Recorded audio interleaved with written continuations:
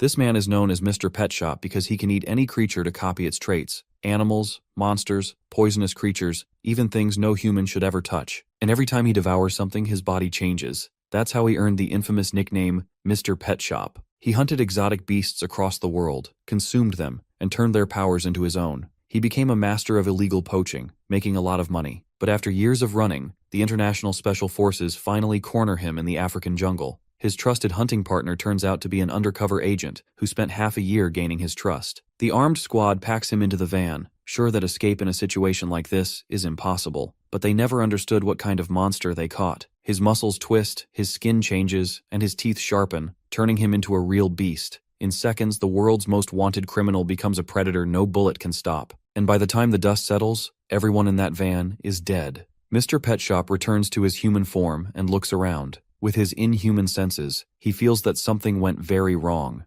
Kim rips out of the van and witnesses 2 moons in the sky. That's when he realizes that he's not on Earth anymore. Suddenly, he hears something. It appears to be a bunch of wolves approaching him. Being one of their kind, Kim recalls that wild animals are supposed to know who to avoid by instinct, or maybe not. As the wolves leap towards him with his fangs wide open, Kim starts to grit his teeth and roars as he transforms into a lion. But the wolves don't stop when they witness a predator in front of them. While the lion catches one of them and kills it, the other wolves flee away. Grumbling, Kim finally gets his meal after a long time and grabs a bite of the wolf, which is the first taste of this place. As soon as he sinks his lion fangs into the wolf, he is unable to tear through the skin and changes into a hippo. After eating his meal with only bones left behind, Kim ruminates about how that simple wolf hide was tough enough to bite through the teeth of a hippo, and the teeth of the shark barely ripped it apart. Other than the abnormally tough wolf hide, the thing that confused him the most was that the wolves didn't have any resistance to his roar. Scientifically, the roar was supposed to vibrate the muscles enough for them to weaken, and for wolves of that size, they should have faltered for a second. Having at least common knowledge, Kim sights at the 2 moons and deliberates that common knowledge is useless in this place. Later, our guy seems to tear apart what's left of the bone and toss it onto the pile of several animal bones. The boy then narrates that it's been a week since his first meal, and in that time, he's hunted and eaten all sorts of animals in the forest, like a bear with abnormally large paws, a snake, and a deer with sharp antlers. Furthermore, these animals were not so different from those on Earth, and in order to find some sort of common knowledge unique to this world that could do everything, Kim ventures out. Turning his hand into a wolf's paw, he spots a human in the forest and speculates there are humans in this world too. Thinking that he might be able to gain information from him, he sneaks up from behind and grabs the human with his big wolf claw. Kim then reveals that he has the ability to apply any body part he's eaten directly to his body,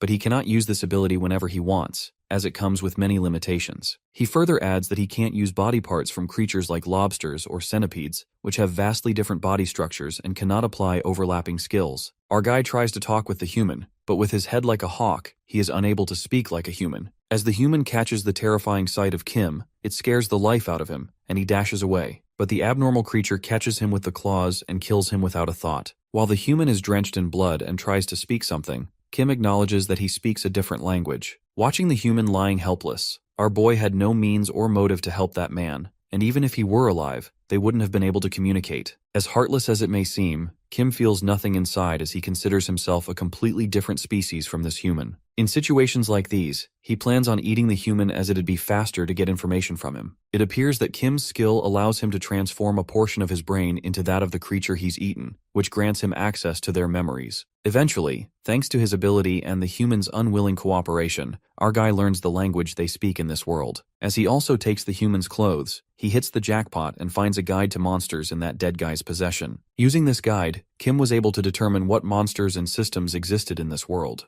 Through these systems, he thought of achieving his ultimate dreams, which he had given up on Earth. 2 months later, our boy learns about the regenerative power of a troll. After hunting the troll and smashing its brain, the troll was able to regenerate within a month. Thinking this information was beyond what the guide told him, he hits the troll with his wolf claw and it awakes. As the troll's face is kept inside the bucket, excluding its body, the vicious boy seems to check how long he has to burn it to peel off the skin. Kim speculates if the troll doesn't have any tolerance for acids or poisons, and to what extent its body can regenerate, still having so much to test. He then walks towards the troll, and with a terrifying look in his eyes, he wonders what kind of experiment he should do on the creature. After getting his hands on almost all the creatures, he dreams of becoming the most powerful creature ever. The next scene takes us to the Onyx Oaks clan of the Great Northern Forest, where a warrior encounters the Onyx. The warrior informs him about the prophecy, which reveals that a monster will be born in the great forest and will eat every creature it comes across, absorbing and using their skills. Claiming that he will be the most powerful monster, we are then shown a glimpse of a beast that seems to be Kim, who devours the troll. The next scene flips to the great forest's troll territory, where we see the head of trolls inspecting a human footprint he just found. It looks like they are looking for someone as they realize that someone has been eating humans all by themselves. The head orders his underlings to find the humans before all that's left are bones. Surprisingly, they follow the footprints, which lead them to a cave where Mr. Kim seems to be torturing the poor troll. They smell the scent of a human, as one of the trolls feels something off and notifies his boss, who is busy thinking that this is set up by the bastards they're looking for so they can eat the humans all by themselves. Suddenly they smell a troll's blood, but before the boss can react, our guy emerges from the cave. His animal instinct makes him kill the trolls' heads, realizing he has to use them as test subjects,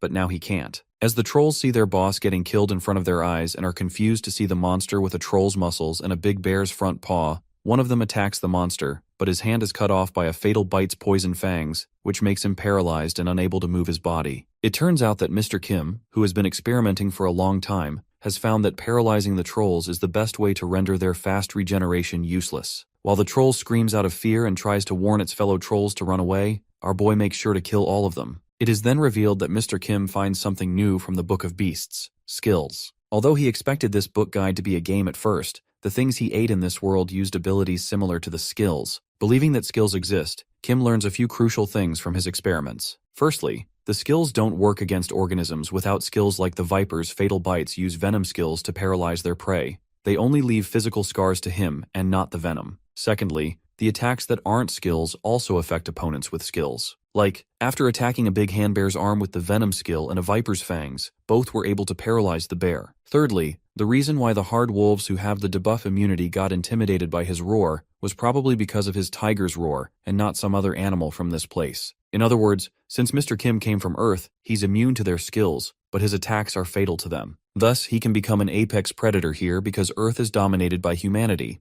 No matter what organism he consumes, he can't beat humanity since science and weapons easily exceed an organism's limits. In contrast, in this world, there are countless numbers of powerful monsters who prey on humans, and nuclear bombs and science don't exist here, which means nothing is stopping him. Ever since Mr. Kim was young, he dreamt of being an apex predator. In order to achieve his goal, all he gotta do is eat the organisms that live here, like a troll and its infinite regeneration, an ogre with its immense strength, and a monster that breathes out flames like a dragon. In the next moment, we see someone spawned as a slime that can devour anything, and wonder if this fantasy world is like the ones he saw in a cartoon. Thinking that it's God's plan that he wants him to become the strongest, the slimy creature opens the status window and checks his skill, which seems to be using souls to consume anything and own it. Just then, a snake slithers out of the bushes, and the slime devours it. Being able to use the skill of paralyzing venom decreases his soul as a result of devouring. Not giving enough care about his decreasing soul, the slime considers himself as a main character and devours as many organisms as he can. It appears that the reason this poor guy was mistreated in the past and had to struggle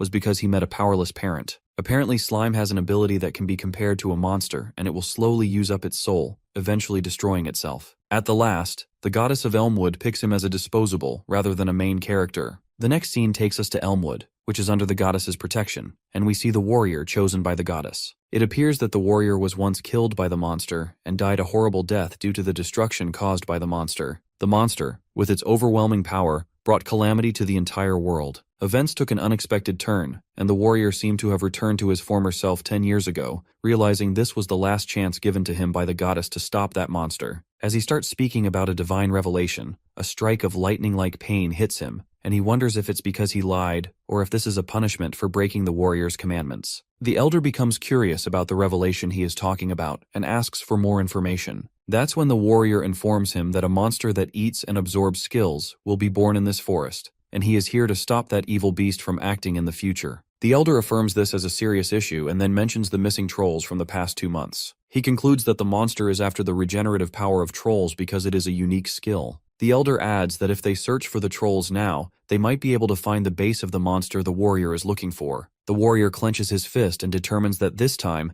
things will not go according to the monster's plan. On the contrary, Mr. Kim has been experimenting on the trolls, and only one seems to be alive who seems to be begging to be killed. While all the other trolls are killed in the experiment, our guy, who has gathered enough information about the trolls, finally decides to kill him. As he's about to kill the troll, he learns that the troll's blood can be used as a recovery potion after boiling it in the guidebook. Therefore, Kim spares the troll's life only to torture it again, and the poor monster curses him, pleading to kill him. After that, he continues reading and finds a fascinating species, the forest lizardman, who peculiarly appears like humans. Captivated by the lizard man being a form between a mammal and a reptile, our guy puts on a devilish grin as it looks like he has found his new prey. Later, at the Great Forest Swamp area, the lizardman spots a troll-like creature in their territory and wonders where they've been hiding because no one has seen them lately. Meanwhile, one of them threatens the troll for daring to come in their area. The monster approaches the troll and realizes that it's something very terrifying as it witnesses a giant creature with a snake head and troll's hand.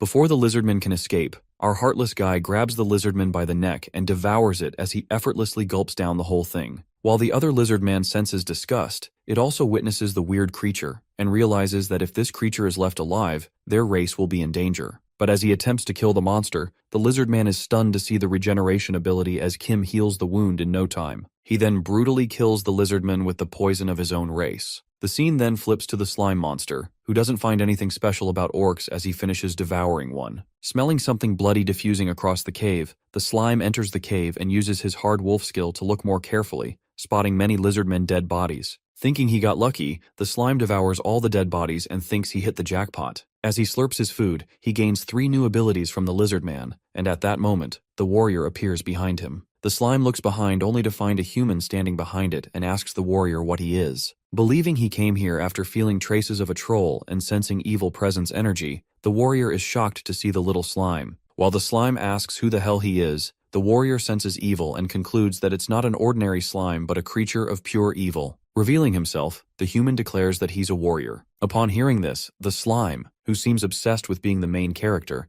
anticipates that the warrior is here for an offering to assist him in his sluggish growth. Thinking even in the anime, they start off by eating a dragon at least. The slime seems to be disappointed to see the trash warrior. While the warrior is sure that the slimy creature is insulting him, Slime recalls that a warrior is selected by the goddess and insults them by calling them trash. Bad-mouthing the goddess, the slime calls the goddess of this world an idiot and offers her a spot in its harem that he will make in the future. As soon as these words erupt from its mouth, the warrior doesn't seem to take this well. Many insulted him and his parents, but not one person insulted the goddess who created the Elmwood continent. Claiming that no one should insult the goddess, the warrior pulls out her sword. Looks like the slime has a death wish when he asks the warrior if she's kidding herself and makes it clear that he's the main character. Wondering what title he should get for killing a warrior, the arrogant creature decides to eat her and take her skills. The slime attacks the warrior, and she slashes it with her sword, speculating that if a slime's mucus disappears, they can't regenerate what they lost. But since this slime is a monster, it regenerates really quickly,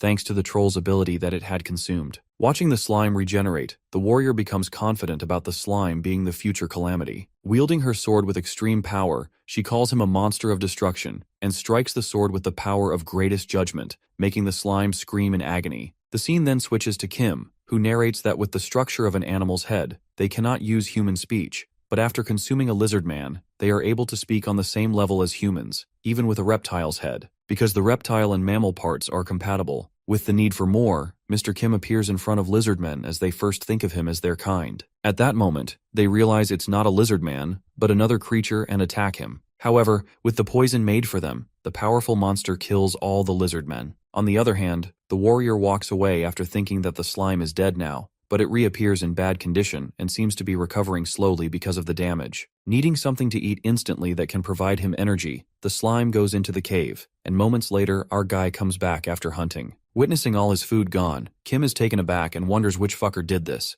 eventually spotting the slime creature. We are then transported to Slime's backstory. It occurs that he used to be a human, and people used to call him a slob because all he did was follow his instincts, like not trying to do anything at all. In other words, this guy was a useless piece of shit. Even his parents abandoned him because he got fat and was jobless at the age of 40. Blaming it on the parents that they didn't use to fulfill their duties, he didn't ask for dirt poor parents anyway. The story takes a turn when this fat guy ends up in this somehow and is reborn as a most powerful slime. Well, that's what this guy likes to think. He was sure he was the chosen one and the main character of this place. Coming to the present life, the slime ends up in a pitiful state right now because of the warrior. He thinks of it as a challenge for himself and decides to take his revenge after devouring every skill in this world. Just then, Mr. Kim arrives and the slime couldn't be more happy to see his prey right in front of him and leaps towards him. The boy then narrates about things that happened in the past 2 weeks, starting off with some bad news. He can no longer use the lab for his experiments because the slime that came in while he was hunting for the lizard man contaminated everything inside. But the good news is that when the slime attacked him, it went into his mouth, and he absorbed all the skills. According to the illustrated book that Mr. Kim has,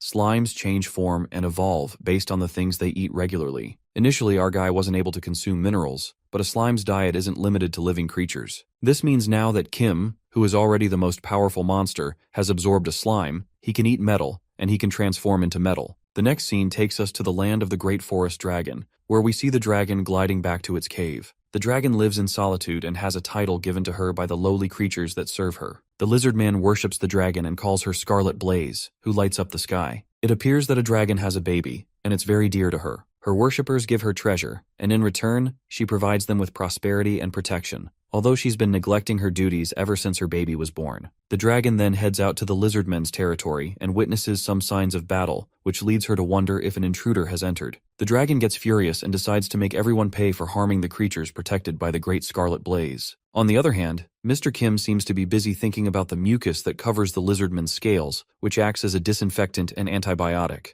The mucus that covers the scales and slime is made up of the same kind of mucus, which means if he were to eat durable metals and change this mucus into metal slime, he would undoubtedly get stronger. Wondering where he would find a metal like that, he looks around with his hawk eyes and down to the orc territory of the Great Forest, which is the most powerful tribe. Finding it difficult to deal with 40 strong orcs, he thinks of another way to sneak into their territory. That's when a red dragon flies above him, catching his attention. Because of the memories of the lizard man, he's aware that the dragon has a baby. Using his ability, he can swap the brains of the animals that he ate and examine their memories. However, if he swaps his entire brain, he'll lose his senses, so he only swaps a part of it. According to his book, the dragons are protective of their young ones, and our boy gets an evil idea to mess with the dragon baby, supposing that he doesn't even need to step in. The mother dragon piles up the food for her kid and instructs the baby dragon to wait for her before she returns patiently. Baffled, the baby dragon asks his mother when he will go outside, but the dragon warns him not to even think about going out when she's not home. After that, the dragon activates the barrier magic to ensure the safety of its child and leaves to inspect the situation.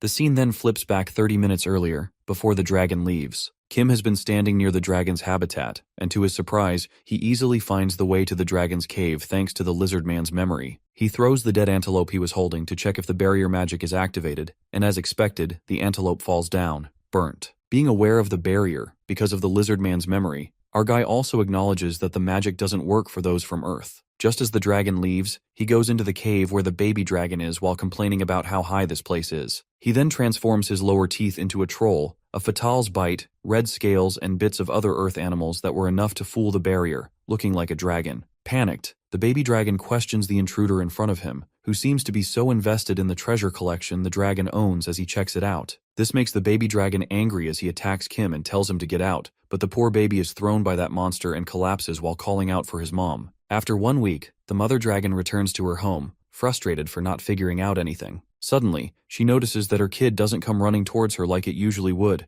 and looks around when she finds the lifeless body of her baby lying on the floor. Freaked out, the dragon uses all her recovery, healing, and cure magic to ensure her baby is okay and eventually succeeds. While she asks the baby dragon about what happened after comforting him, the baby cries as he reveals that it was a guy with bottom teeth popped out who hurt him as well, and the food she collected for her baby was all taken by that intruder. The description of the teeth popped out and red skin that was told by her kid instantly makes her realize that those orc bastards are the ones to hurt her baby, since they are the only ones like that in the Great Forest. She decides to make sure they pay for this and rumbles out of anger, which satisfies our boy, who has been waiting for the reaction. On the other hand, in the orc territory, one of the orcs reports to his elder about a suspicious thing they found while they were on duty. After inspecting it, the elder wonders how a valuable relic like this could be inside a bush with blood on it. It turns out to be the dragon's blood, which makes him more confused. But before they can do anything else, the angry dragon soars above them and is ready to take a payback. The dragon discovers that it's her baby's blood on that sword, which drives her stark raving mad as she attacks everyone. Surprised by the sudden attack, the orc's horn calls forth every orc in the forest and figures out it's a trap. It is revealed to us that the fight goes on for 3 days.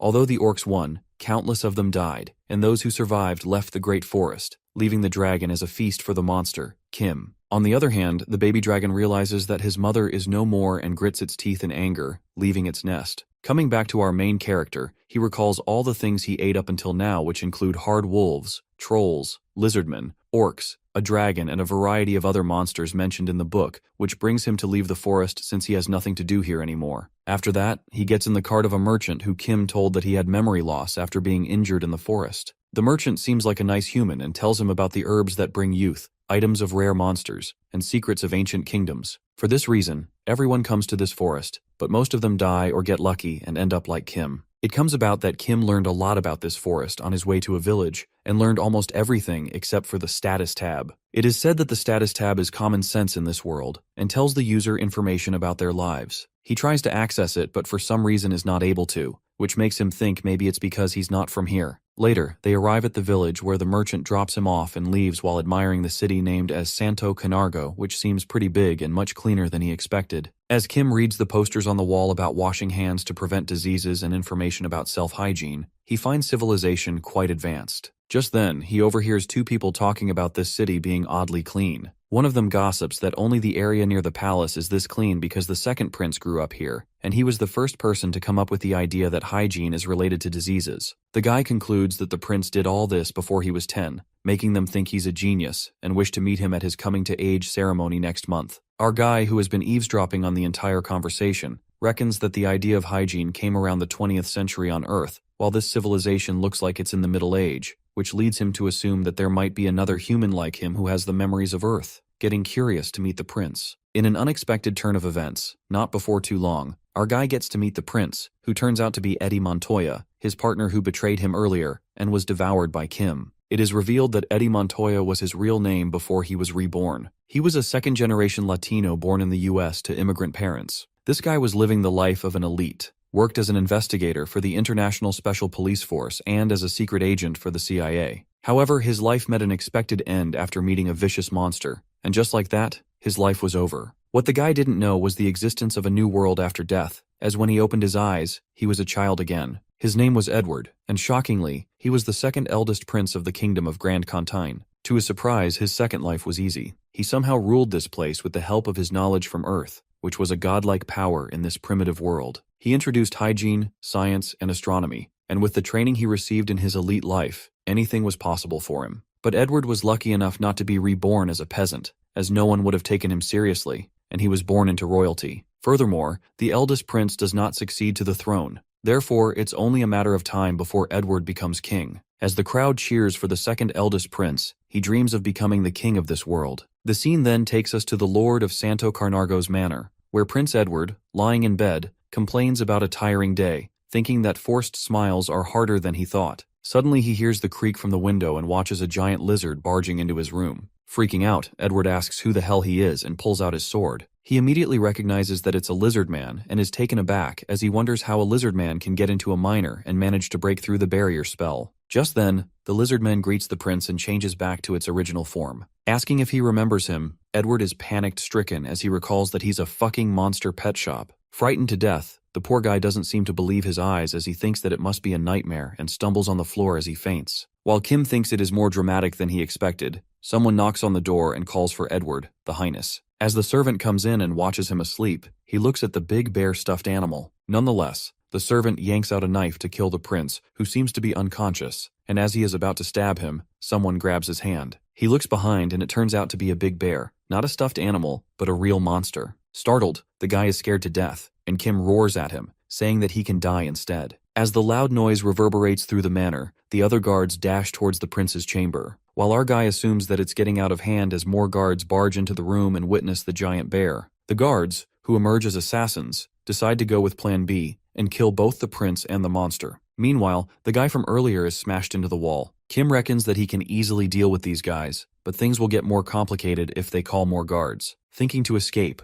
the bear grabs the prince and jumps out the window. As the poor prince falls to the ground, Kim, who is not in the mood for being inhuman, saves him and decides to let him live for now, dashing away along with Edward. On the other hand, someone in the minor seems to be writing a letter and is interrupted by the guards who inform him about the prince being kidnapped by the monster. Slamming his hand on the table, the guy seems in disbelief and wonders how someone can kidnap a prince in Santo Camargo. He then orders his guards to gather all the troops and save the prince no matter what it takes. After that, Kim, who had been on the run along with the prince, was chased by many people all the way out of the city. Sitting on the hill, Edward finally awakes and is again traumatized by the sight of Kim, realizing it was not a dream after all. The poor guy passes out once again, and Kim looks done with this dramatic ass. After that, Edward and Kim seem baffled as they wonder how they ended up in this world. While Kim suspiciously asks him why he's here in this world, a strike of terror runs through Edward as he reckons that this bastard is planning to kill him again once he finds out the secret of his revival. But our boy assures him that he doesn't plan on killing him, and Edward asks him if it's a promise. Saying that he can't promise anything, Kim reminds him that he has already paid the price of his betrayal. Chills run down his spine as Eddie gets reminded of his horrible death and speculates that he's trying to kill the others who betrayed him, clarifying that he will not help him. But then Mr. Kim lets out that it's unfair he only killed Eddie and his squad, while the General Lighting and the others who were part of his plan are still alive. Like the sharp monster he is, he persuades Eddie by telling him now that they both are gone, those people must have taken the credit. Hitting the bullseye, Kim reminds him that everyone is living a good life except him. Just as planned, this triggers Eddie as he ruminates how he worked his ass off to catch Mr. Pet Shop, yet he's the only one stuck in this barbaric world. Letting go of his past self as Eddie Montoya, he reminds himself that now he's Prince Edward Grand Contime of the Elmwood continent and agrees to work together with Kim. As they shake their hands, Edward, who is also a smartass, learns about Kim's goal. He ponders that his goal is to return to Earth and kill those who betrayed him, so if they find a way to send him back, Kim will kill those bastards for him, and this world will be safe. While the prince allows him to play a supporting role in this grand plan, our boy reckons that having Edward around will be helpful. He's the prince, and the quality of information will be much improved, not to mention that he can also find a way back to Earth. It looks like these bastards plan on using each other. After that, Kim informs Edward about his assassination, and the prince guesses it might be the old man. As our boy thinks that he's taking it better than he thought, Edward lets out that he is used to this. The prince then rises and informs him that they have a coming-of-age ceremony to attend, adding that his status is important if Kim wants him to help. The next scene takes us to the story of the first king, Edward the Great, 300 years ago, who stayed in an inn on the outskirts of Carnargo during a hunting trip.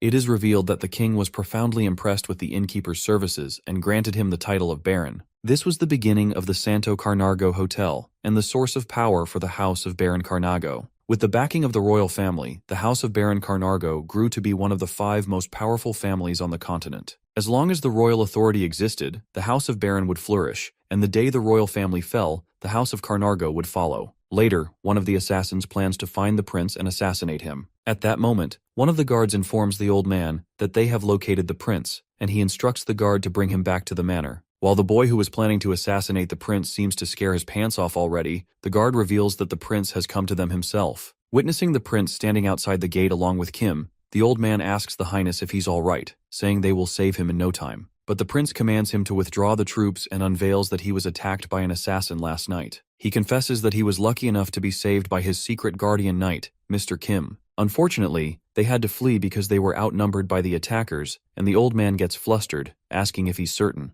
But the assassin warns the old man not to be fooled as it's evident that the kidnapper threatened the prince. Upon hearing this, Edward mutters if they are suggesting that he made this all up and yells out his name as Edward Grand Contin, the descendant of Edward the Great and heir to his name. Reminding them who he is, the prince makes it clear that he isn't intimidated by some threat, as they thought he wouldn't be able to stand his ground. Evoking that harboring such thought is treason on its own, the old man is astounded by the prince's attitude. He speculates that the knight's armor may look crude and the red dragon scales underneath the armor, assuming that he's not an ordinary kidnapper. The prince then commands the troops to arrest the old man and his underlings. As they are tied down, Edward approaches one of the assassins and reveals that the House of Carnargo, one of the 5 most powerful families in the kingdom, knows all the secrets of the kingdom that the others don't. He grabs his shoulder and utters that one of them is torture. The prince, with an evilish smirk, assures the assassin that he won't die peacefully. The assassin is scared witless and reckons how his plan was flawless. Just then, the secret knight of the prince walks toward them, and the assassin blames him for everything, asking who he is.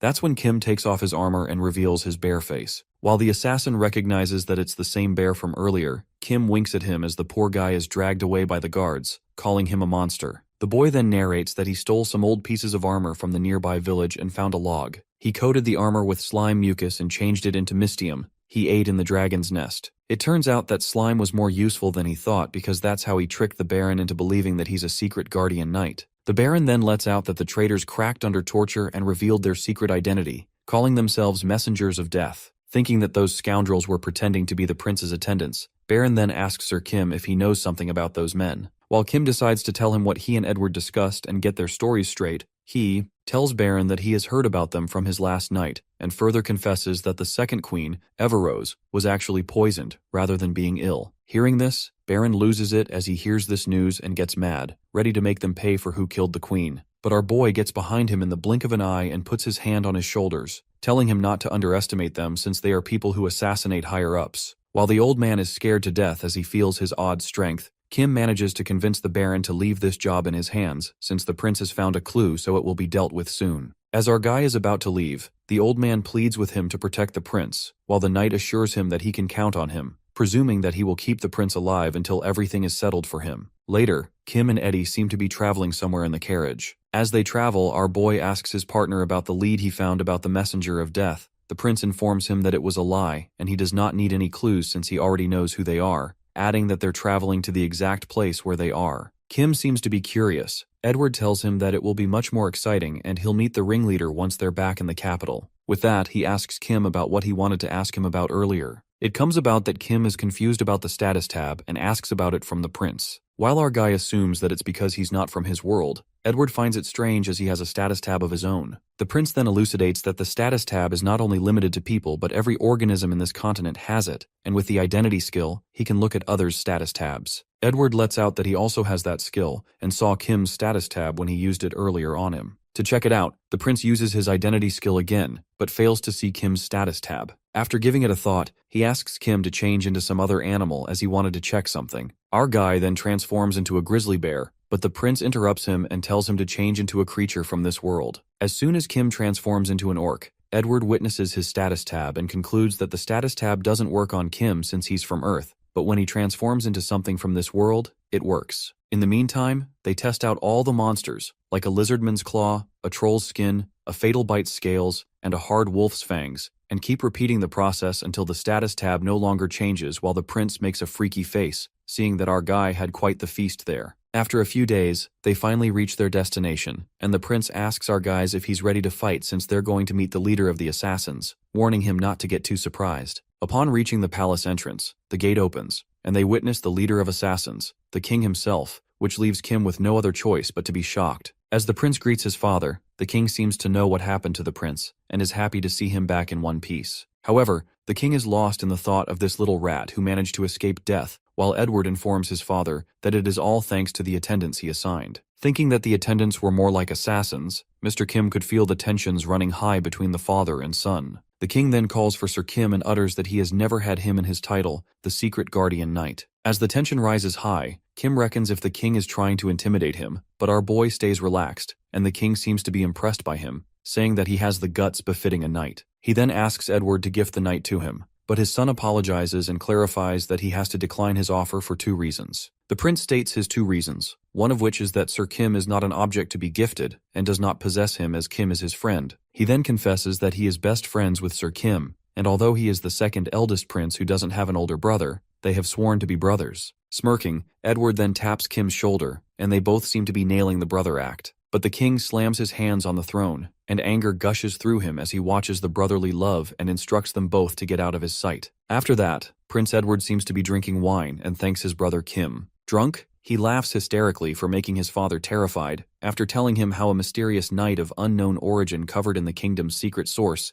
Mystium, came strolling into the palace. He thanks Kim for being able to humble the old man for once and gives him an enchanted suit of armor. While our boy guesses that he never won up to the old man before, Edward agrees to him and discloses that his father has been training orphans nationwide as soon as they reach the age of 10. After teaching them basic servant tasks to gather intel and assassination, he plants these trained orphans into the household of royal families and then uses them to eliminate any obstacles in his path. He adds that the old man was able to claim the throne through such tactics, though he was only 4th in line. Furious, Edward shatters the wine glass as he came up with his idea first and calls the old man son of a bitch. After that, the evil prince feels assured after informing the king of his sworn brother and anticipates that behind that calm facade, the old man was about to shit his pants. Meanwhile, he feels overjoyed for doing that to his father. Someone comes bursting into the room. She turns out to be his sister, who complains about him being rude to his father and rushes towards Edward. However, Sir Kim blocks her path and instructs her not to move. The princess lashes out at the knight, but Kim, being a drop-dead serious, clarifies that it's the prince's private quarters and she's trespassing without even knocking. As she tries to talk back, Kim pulls out his sword and aims straight at her neck,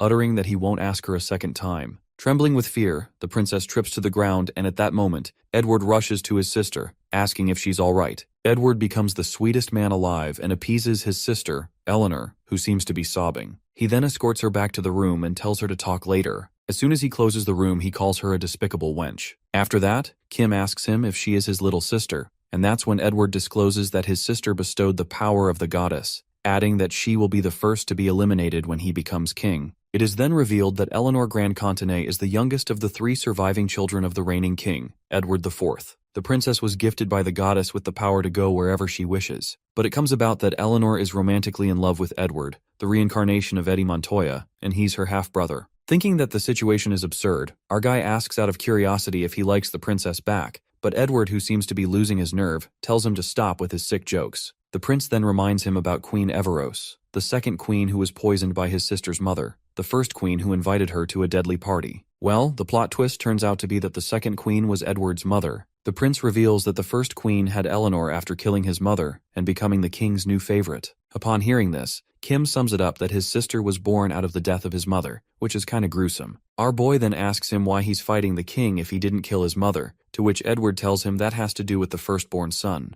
But Edward stops and makes it clear that he only talks about the firstborn son if he's here with them, or if he has granted his permission. While Kim gets curious about why he has been hiding their secrets after all this time, the prince lets out that he has no other choice as he made an oath to the goddess. Done with enough chattering, Edward then sets his hair and tells his brother that they should get moving. As they walk, the knight asks him if he doesn't need a plan for the assassins. The prince lets out with the coming-of-age ceremony. He's proven himself fit to be the next king, which means that the king can't just kick him out as he pleases. He first plans on taking care of the old buffoons loyal to the king so he can win over the prime minister, who is in control of the kingdom's finances. Just as he is planning, Edward bumps into someone and bursts out in anger for daring to stand in the prince's way. However, it appears to be none other than his brother. The next scene takes us to the king's narrative, where he seems to be contemplating about Edward and his sworn brother. He reminisces on the truly remarkable plan he made. The king assassinated all his brothers one by one, removing the obstacles on his path to the throne. According to him, so-called brothers are nothing, but they are still obstacles to be eliminated. Infuriated, he seems to be pissed off at little rat Edward, who has a sworn brother and assumes that he's doing this to humiliate him. The old man's plan to seize the crown was a success. However, he may set a terrible precedent. He plans on creating a better pattern, and ponders about his children who have passed the selection process and were educated for their purpose. His eldest son, who is righteous and wise so that he could rule the kingdom justly. His second eldest son, who is a copy of his father so he can eliminate anything standing in the way of his firstborn's rule. And lastly, his daughter, beautiful and smart, who is destined for an arranged marriage. Unfortunately, his son's talents were beyond what he needed for his plan. His son Edward was far too cunning for his own good and hated his own people,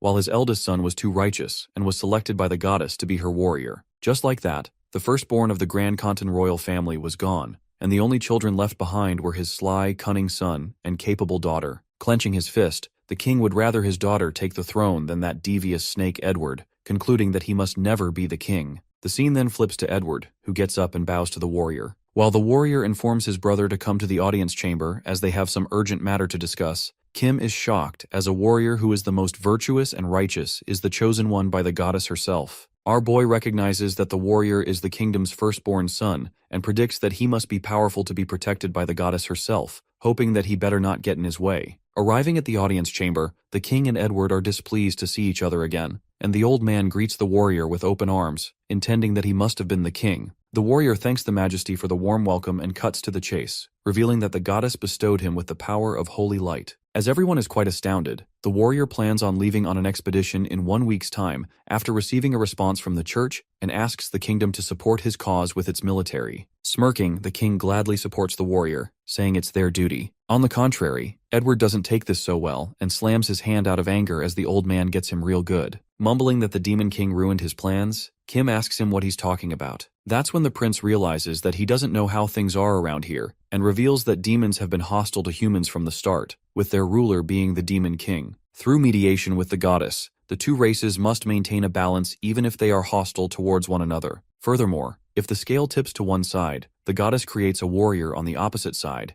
and if the balance is not maintained despite the warrior's efforts, she will bestow them with the power of holy light. In other words, the power of holy light gives the warrior the right to slay the other side's king. Similarly, the demon king also has the right to be treated in a manner befitting his title. However, the warrior with the power of holy light can slay the demon king without fear of retaliation. After this long story, our guy still doesn't understand what he means. Then Edward clarifies that the power of holy light bestowed upon the warrior puts humanity in danger. As a member of the royal family who is about to succeed to the throne, it becomes his responsibility to fight in the war. As cunning as he is, Edward already knows that the old man will fight on the front lines, and even if he manages to make it out alive, he will make some sort of scheme to throw him out of the kingdom. The following day, the king commands Prince Edward to defeat the demon king with the warrior. To save his pride, the prince confidently bows to the king's command, uttering that he will gladly give his life in service of the divine warrior. Upon hearing this, the audience is impressed by the prince's so-called honor and loyalty, while the king puts on a cunning smirk. Later, Eleanor witnesses her half-brother Edward leaving the palace and cries for him. Meanwhile, Edward drops his act of being goody two-shoes, and he commands his brother Kim to get the hell out of this dump.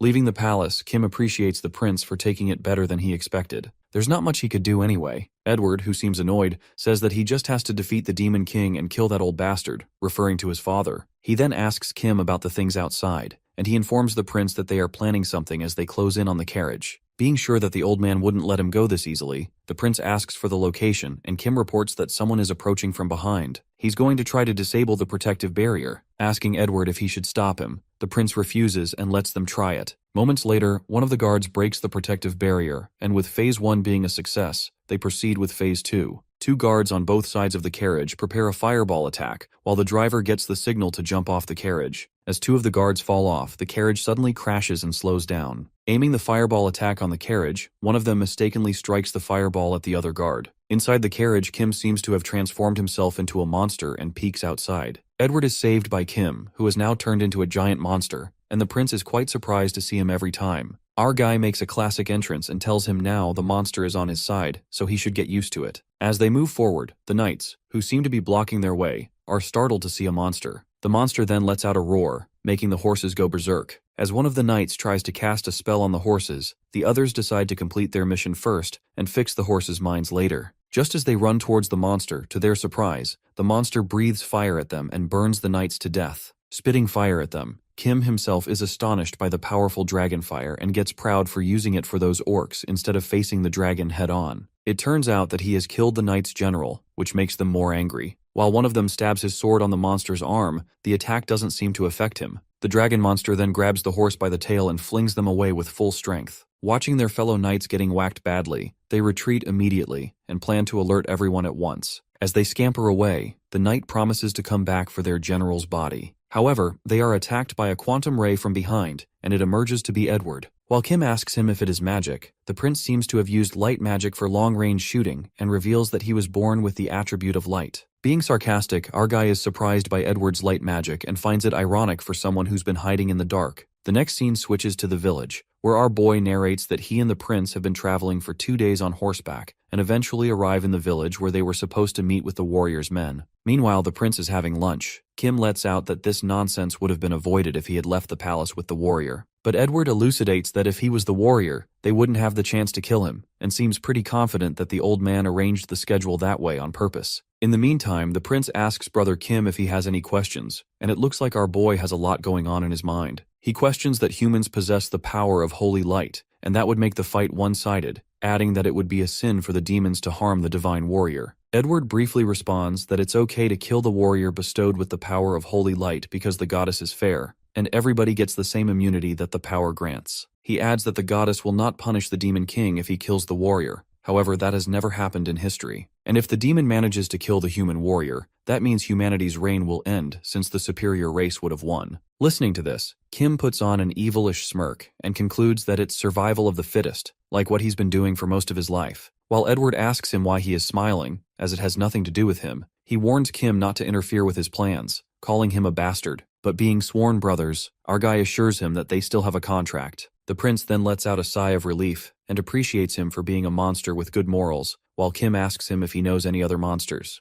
The prince then mentions a monster called a saintess, who is a real piece of work. At that moment, someone appears from behind and asks Edward to elaborate. Well, it turns out to be the saintess. Freaking out, the prince clarifies that she must have misheard. Calling her a monster, the saintess seems kinda pissed off. To piss her even more, the prince calls her delusional and tells her that it must be tiring to take every personal insult thrown at her and think that it extends to the whole group. Not holding back, saintess backfires and says that the prince is not as perfect as he seems, asking Edward to come by the temple someday, and they will put him back in his place. When the prince tells her to be familiar with her place under his foot, the prince seems to cross the line, enraging the saintess as she makes the whole place shake. While Edward is startled, the saintess plans to take this outside and warns the prince to prepare his funeral arrangements. As they continue to bicker, the people start gossiping about the prince and the saintess brawling in the streets when suddenly Kim shouts at them to be silent. He then throws gold towards them to shut their mouth, commanding that they never heard or saw anything here. After that, the people get busy collecting the gold, and Kim reminds the prince that cleaning his mess isn't part of the contract. It is then revealed that the saintess is a warrior created by humans,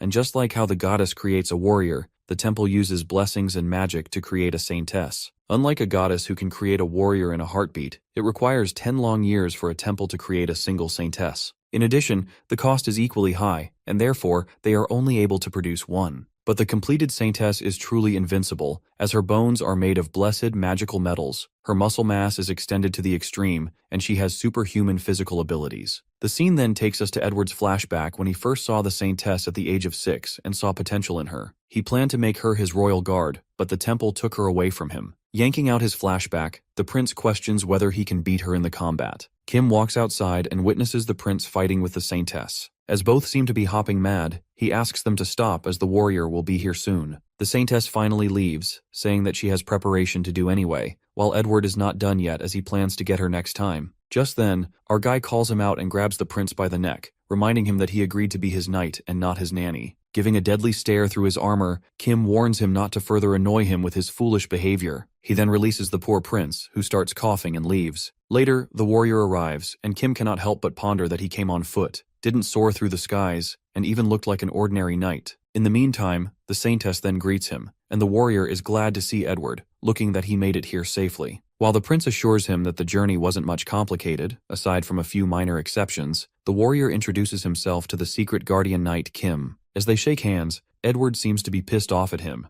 and our guy looks at him, thinking that he's acting like a little kid as he's still pouting about earlier. After that, the warrior informs them that the situation hasn't changed as the goddess hasn't taken the power of holy light. Admitting that the demon king will be exceptionally powerful compared to his predecessors, he points out that there's no guarantee they all will make it out alive if they go down this path. The warrior then asks them if they are still willing to follow him, to which they all agree, including Sir Kim, as he is the prince's guardian knight. Striking his sword on the ground, the warrior declares the formation of the order to take down the demon king when suddenly someone enters the scene. It appears to be a demon, snickering as he had been waiting for this moment. Shortly, the warrior spots him. The demon is Francis de Freyrode, the general arrogance of the 7 deadly generals. The weird-looking demon witnesses the humans seeking fit to declare war in the demon territory, which leaves him with no choice but to fight. The demon rings the big bell, causing an uproar among the civilians. Disturbed by the deafening noise, the warrior asks the demon to stop harming innocent civilians. However, Francis makes it inevitable that this village is their territory, and there are no longer civilians here, only servants loyal to the demon king. Abruptly, many wolf demons begin to appear and are commanded to kill the humans. It is then revealed that werewolves are the lowest class demons that increase their number by infecting humans,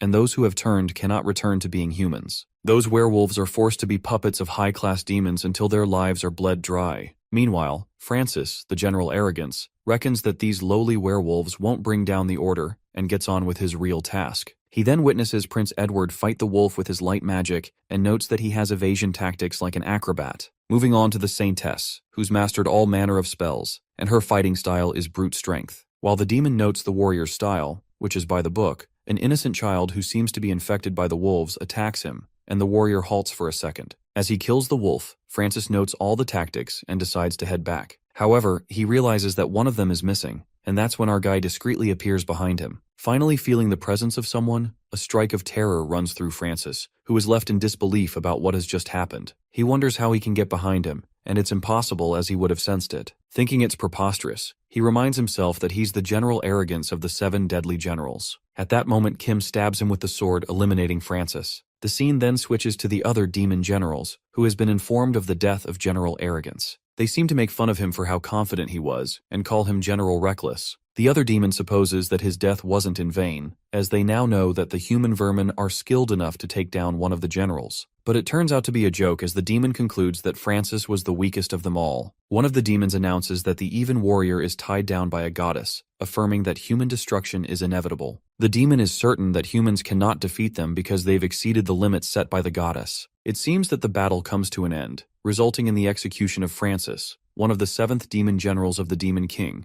as Kim notifies the warrior about it, and the werewolves that have been dealt with. The prince uses his recovery magic to examine the demon's face closely, and wonders if he is one of the 7th generals who manage information, which means he must have quite the authority. He inspects why Francis would use weak werewolves, and was even too defenseless, but he is relieved that they were able to take this demon out. Edward also becomes suspicious of the situation, wondering if the real enemy is lying low. Meanwhile, Kim wonders if the werewolves would do him any good. He then remembers that when he ate the lizardmen, his compatibility with reptiles went up. Similarly, eating werewolves should increase his compatibility with mammals too. He then munches on the wolves, excited to see the results. The prince then walks towards Kim and asks him if he's going to eat these wolves, getting panicked as he reminds him that there are other people here as well. They both then divert their attention to the dead body of the demon in front of them, and the prince tells Kim that this demon was used as a pawn by the Demon King, assuming that he was no longer needed. While he asks Kim's thoughts about this, our guy lets out that intel is crucial in all scenarios.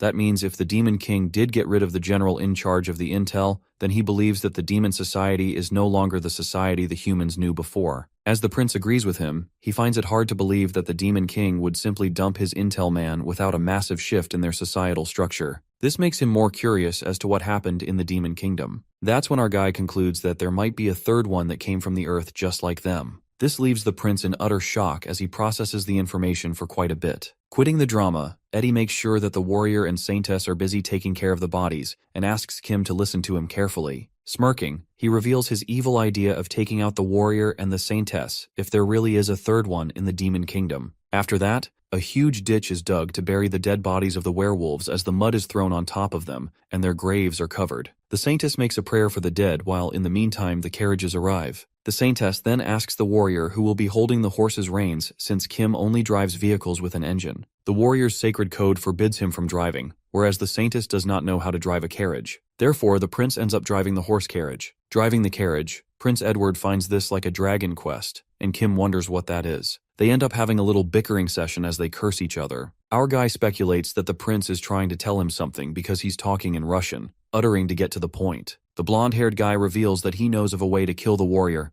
which makes our boy wonder if the warrior can really be killed. He has encountered all sorts of living things, and he can't be killed easily, or he's not even sure if he can be killed. He felt it when he met the warrior back at the village, and he slayed most of the werewolves only using his sword, not once using his skills. Kim believes his advanced abilities make him a tough opponent. However, since our fella has numerous specialized skills, it is possible to defeat him. That's when Eddie discloses that the qualifications of being chosen a warrior include only the most righteous, the most just, and the most good-hearted will be selected. Still, if he does not fulfill any of these, the warrior is punished, and will be weakened enough for Kim to take him on. Our guy asks his fellow if he has a plan, to which the prince denies, saying they don't need a plan in the first place, and just have to go with the flow. In the meantime, their conversation is interrupted by a saintess, who asks the prince about what he's talking about with Kim. The prince gets pissed, and he insults the saintess, and with that, they both start bickering while our guy is so done with them and decides to switch places with her. While in the carriage with the warrior, he asks Kim about how he became the prince's guardian knight, which makes our guy wonder why he would ask that. The warrior then reveals new information about the prince being his little brother. Upon finishing his sentence, the warrior feels a stinging pain because he violates the sacred code that dictates that the warrior must not have favorites.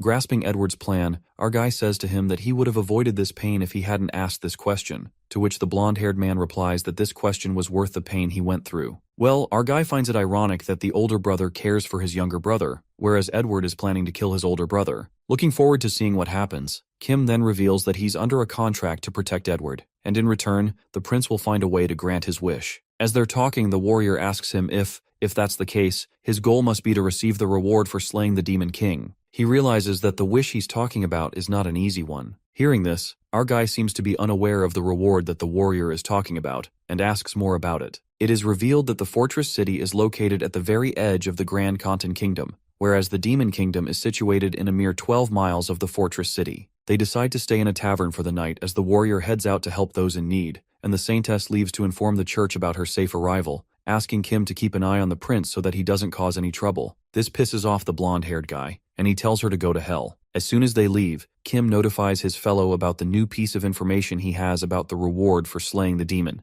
and the prince is more than delighted to hear about this. The boy then narrates that the goddess bestowed the power of holy light on the warrior as the divine chance to slay the demon king. When that duty is fulfilled, the goddess will grant A for each individual who took part in it. The blonde-haired boy thinks it's too good to be true, and our guy assures him that it's the truth. Upon hearing this great news, the prince starts chugging down beer and announces it's on him, while Kim orders a beer for himself as well. The prince apparently drinks too much beer since he does not feel good, and pukes while his partner finds it gross. Just like the prince, other people in the tavern also feel dizzy, and then something unexpected happens as Edward's veins begin to pop out. The warrior, on the other hand, is busy helping the civilians. He carries a wooden barrel as the middle-aged man thanks him for his kindness, and confesses that the warrior is just as the rumors say, calling him a spineless son of a bitch. Getting the gist of the situation, the warrior takes his sword out and questions the man before him about who he is. The man tells him not to worry because they already know everything about him. Meanwhile, he wonders who he is referring to, only to look behind and see all the civilians coming towards him, as they seem to be possessed and in control. Well, it turns out to be one of the 7 deadly demon generals, Ferris de Glutarod, who has all the civilians under his control, revealing that he tainted the water supply with the eggs of a parasite that once is digested, grows inside the body and takes over the host's mind. Sadly, those infected people have no choice but to obey every order given by the demon. In other words, these people are innocent civilians who are being controlled, but the warrior has to kill them in order to reach the demon himself. It seems that the demon is pushing the warrior to go against his sacred code. He asks the warrior how far he is willing to bend the code, which states that he must not harm any innocents. Listening to this, the warrior is frustrated that the demon knows his weak points and tries to find a way to get up on the roof to gain high ground and spot the demon. However, his moves are already predicted when he witnesses his companions, also controlled by the parasite, on the roof. The prince speaks to the warrior, telling him that his move was predictable, and shows the demonstration of his greed by stretching his arm in front of Sir Kim, who breaks his arm with one move. The warrior is left shaken by the heinous act of Kim, who just harmed the prince whom he vowed to protect. But it doesn't end here when he breaks Edward's neck and chokes the saintess, making them fall unconscious. Even the demon thinks it has gone a bit too far, telling Kim to stop while our boy carries 2 of them and jumps from the roof. He justifies his actions to the warrior,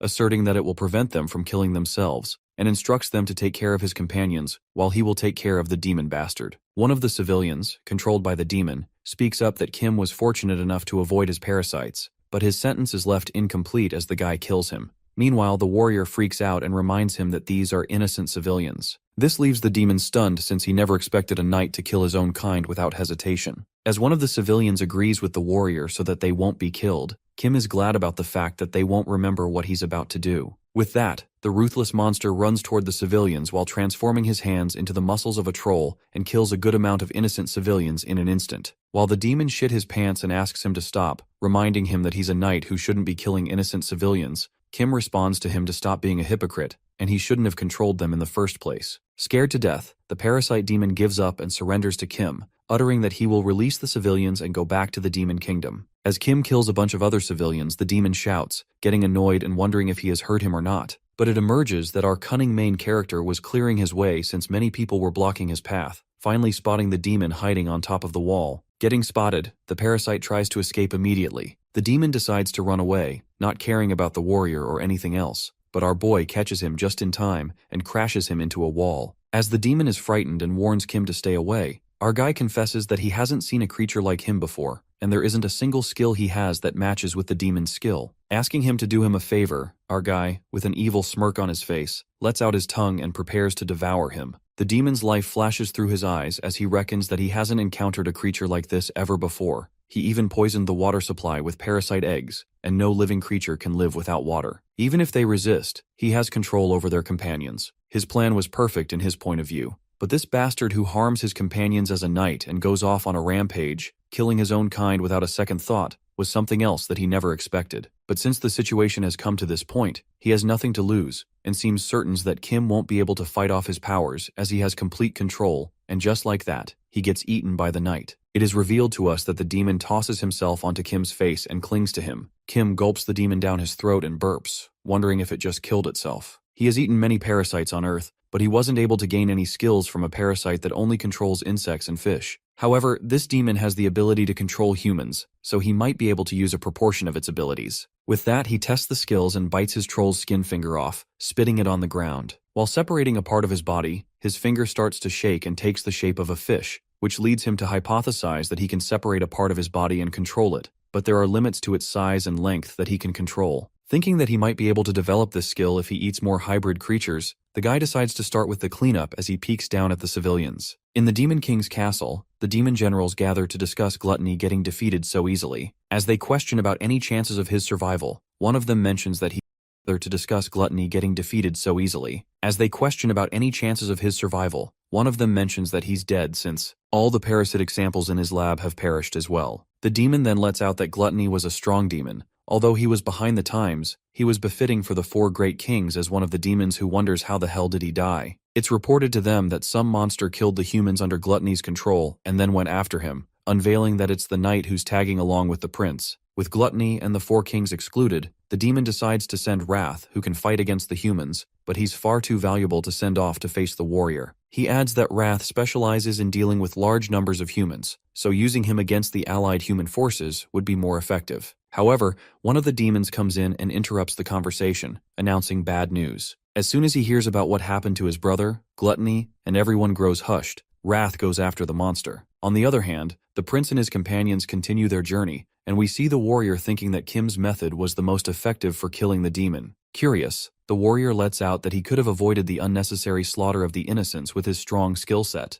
given that those people were merely controlled by the demon. While our guy dumps the blame on the demon for all the damage, the warrior notices that there's not a trace of guilt on Kim's face for what he did. It's unbelievable for him to think Kim is the prince's secret guardian and considers him a demon. As the warrior is concerned about Kim's careless behavior, he suddenly hears the prince's voice, and the carriage comes to a halt. The warrior asks about the matter, while Edward seems terribly frightened upon seeing the creature in front of them. It emerges to Dracus de Lazorth, Wrath, who has come here to avenge his brother in arms, Gluttony. The big creature leans forward, and the ground shakes, scaring Edward and the Saintess to death. In the meantime, Kim steps out and asks the prince if he knows this creature, to which Eddie responds that he has read about it, but it's his first time seeing it in person. It is then narrated that 50 years ago, a demon warrior rode this monster into battle. He heard that it was twice as big as the dragon. Our guy calculates the length, wondering if this creature is twice as big as the dragon. Then it will probably be 100 feet long, but it looks bigger than that. Wondering if there's an end to it, the prince informs him that it must have grown over the past 50 years because reptiles tend to keep growing throughout their life. Their conversation is interrupted by the Saintess, who exclaims that this isn't the time to marvel, and they need to figure out how to kill this monster. Abruptly, they all go quiet when they hear a weird noise, which appears to be the beast's spiked hammer-like tail, who swings it with full force and crashes his tail into the carriage. The giant demon wags its tail, which destroys the carriage, and all the members crash on the ground. Furious, the demon calls them puny insects and asks them who killed his comrades, determined to seek revenge. As the demon again strikes its tail towards them, they dodge the attack. In the meantime, the Saintess tells Edward that shield defense is his specialty, urging him to show what he's got. But the prince thinks it's absurd, as there's no way he can block that attack. He then points towards the warrior and asks if he can do anything with his parry skill, which is a countermove to deflect attacks. The warrior refuses and says that the attacks are too powerful, suggesting the Saintess absorb the blow and then recover later. But it doesn't seem possible, and she won't have time to recover as she will be blasted to bits if she gets hit by that thing. While there's nothing they can do to stop it, the three of them look towards Knight Kim, being shy at first as he asks if they really think he can take on that giant creature. Our guy unveils that he has a plan. On the other hand, the demon reckons that even if his brother-in-arms were killed, from his experience, letting anger get the best of him is dangerous. While the scars from being ambushed by those humans still hurt, his tactics are perfected through trial and error. From determining the enemy's presence with his detection skill to sweeping the area so the enemy cannot hide and intercept when the enemy approaches, the demon is certain not to lose a single battle using his tactics, even if it is against a warrior. On the other hand, the Saintess seems to object to Kim's idea, thinking it's rather reckless. As our boy asks her if she got anything better, the warrior surmises if they run,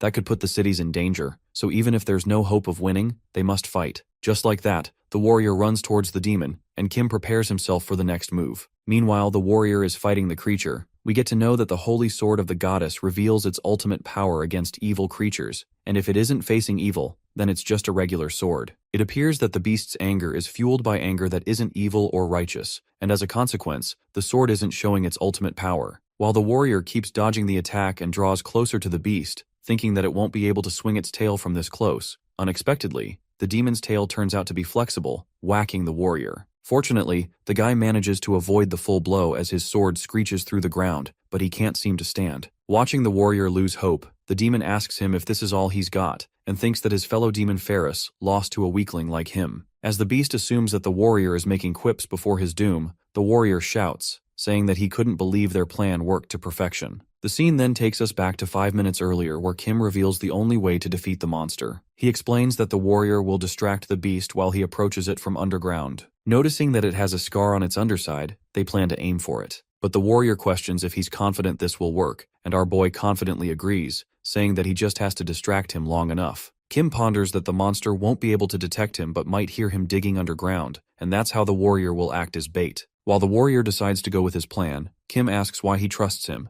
to which the guy responds that it's highly unlikely because, as a warrior, he has a lie detection skill. Our main character seems to be not lying this time and believes since the skills from this world won't work on him, he could lie to a warrior if needed, and plans on using it against him someday. The warrior then leaps towards the beast to distract him, and Kim attacks him from underground. With the power of almost every animal, digging underground was the easiest thing for him, with abilities like the muscles of a troll, body of a mole, and the claws of a dragon. A moment later, the beast finally detects Kim and gets shocked by his dragon's arm. Just like that, our boy leaped toward him with his dragon claws and burst inside his body. Kim successfully gets inside the beast's body, which appears to be too big for him to wander aimlessly. He checks out his new parasite skill, and they begin to scatter everywhere. To his surprise, the parasites seem to be feeding all the information back to him. Thinking that the skill has proven to be useful, our guy recalls that the parasite demon was friends with the beast. Putting on a evilish smirk, our guy wonders how cruel fate can be as the beast is dying at the hands of his own friend. At that moment, he senses something inside the monster's body. While ripping it apart, he finds an organ and jumps in for a feast. On the other hand, the warrior decides to attack, but he witnesses the monster crying out of pain and begs for help, screaming that his insides are burning. As the saintess winces in fear, thinking it's too cruel, Edward is surprised that his brother managed to pull it off. After that, the beast crashes down as it takes its last breath, and Kim splashes through its eyes, drenched in blood. Watching our guy mercilessly bursting out of the beast, the three of them are left speechless. On their way, Kim breaks the silence by asking about the matter, and Edward clarifies that they're just shocked by what he did back there. But our boy doesn't seem to care much as he got a valuable skill out of it. The boy then narrates the dinosaur monster isn't that valuable despite its size. It just had large muscles which he ripped with the help of his strong troll muscles and dragon scales and skin that were far superior. The hunt wasn't a complete loss, it was a win. First, he chewed on the monster's lungs, which were a powerful mass of muscles. Since the lungs require such a large amount of oxygen to support its behemoth size and are able to suck large amounts of air, that means it can also blow it back out with the same power.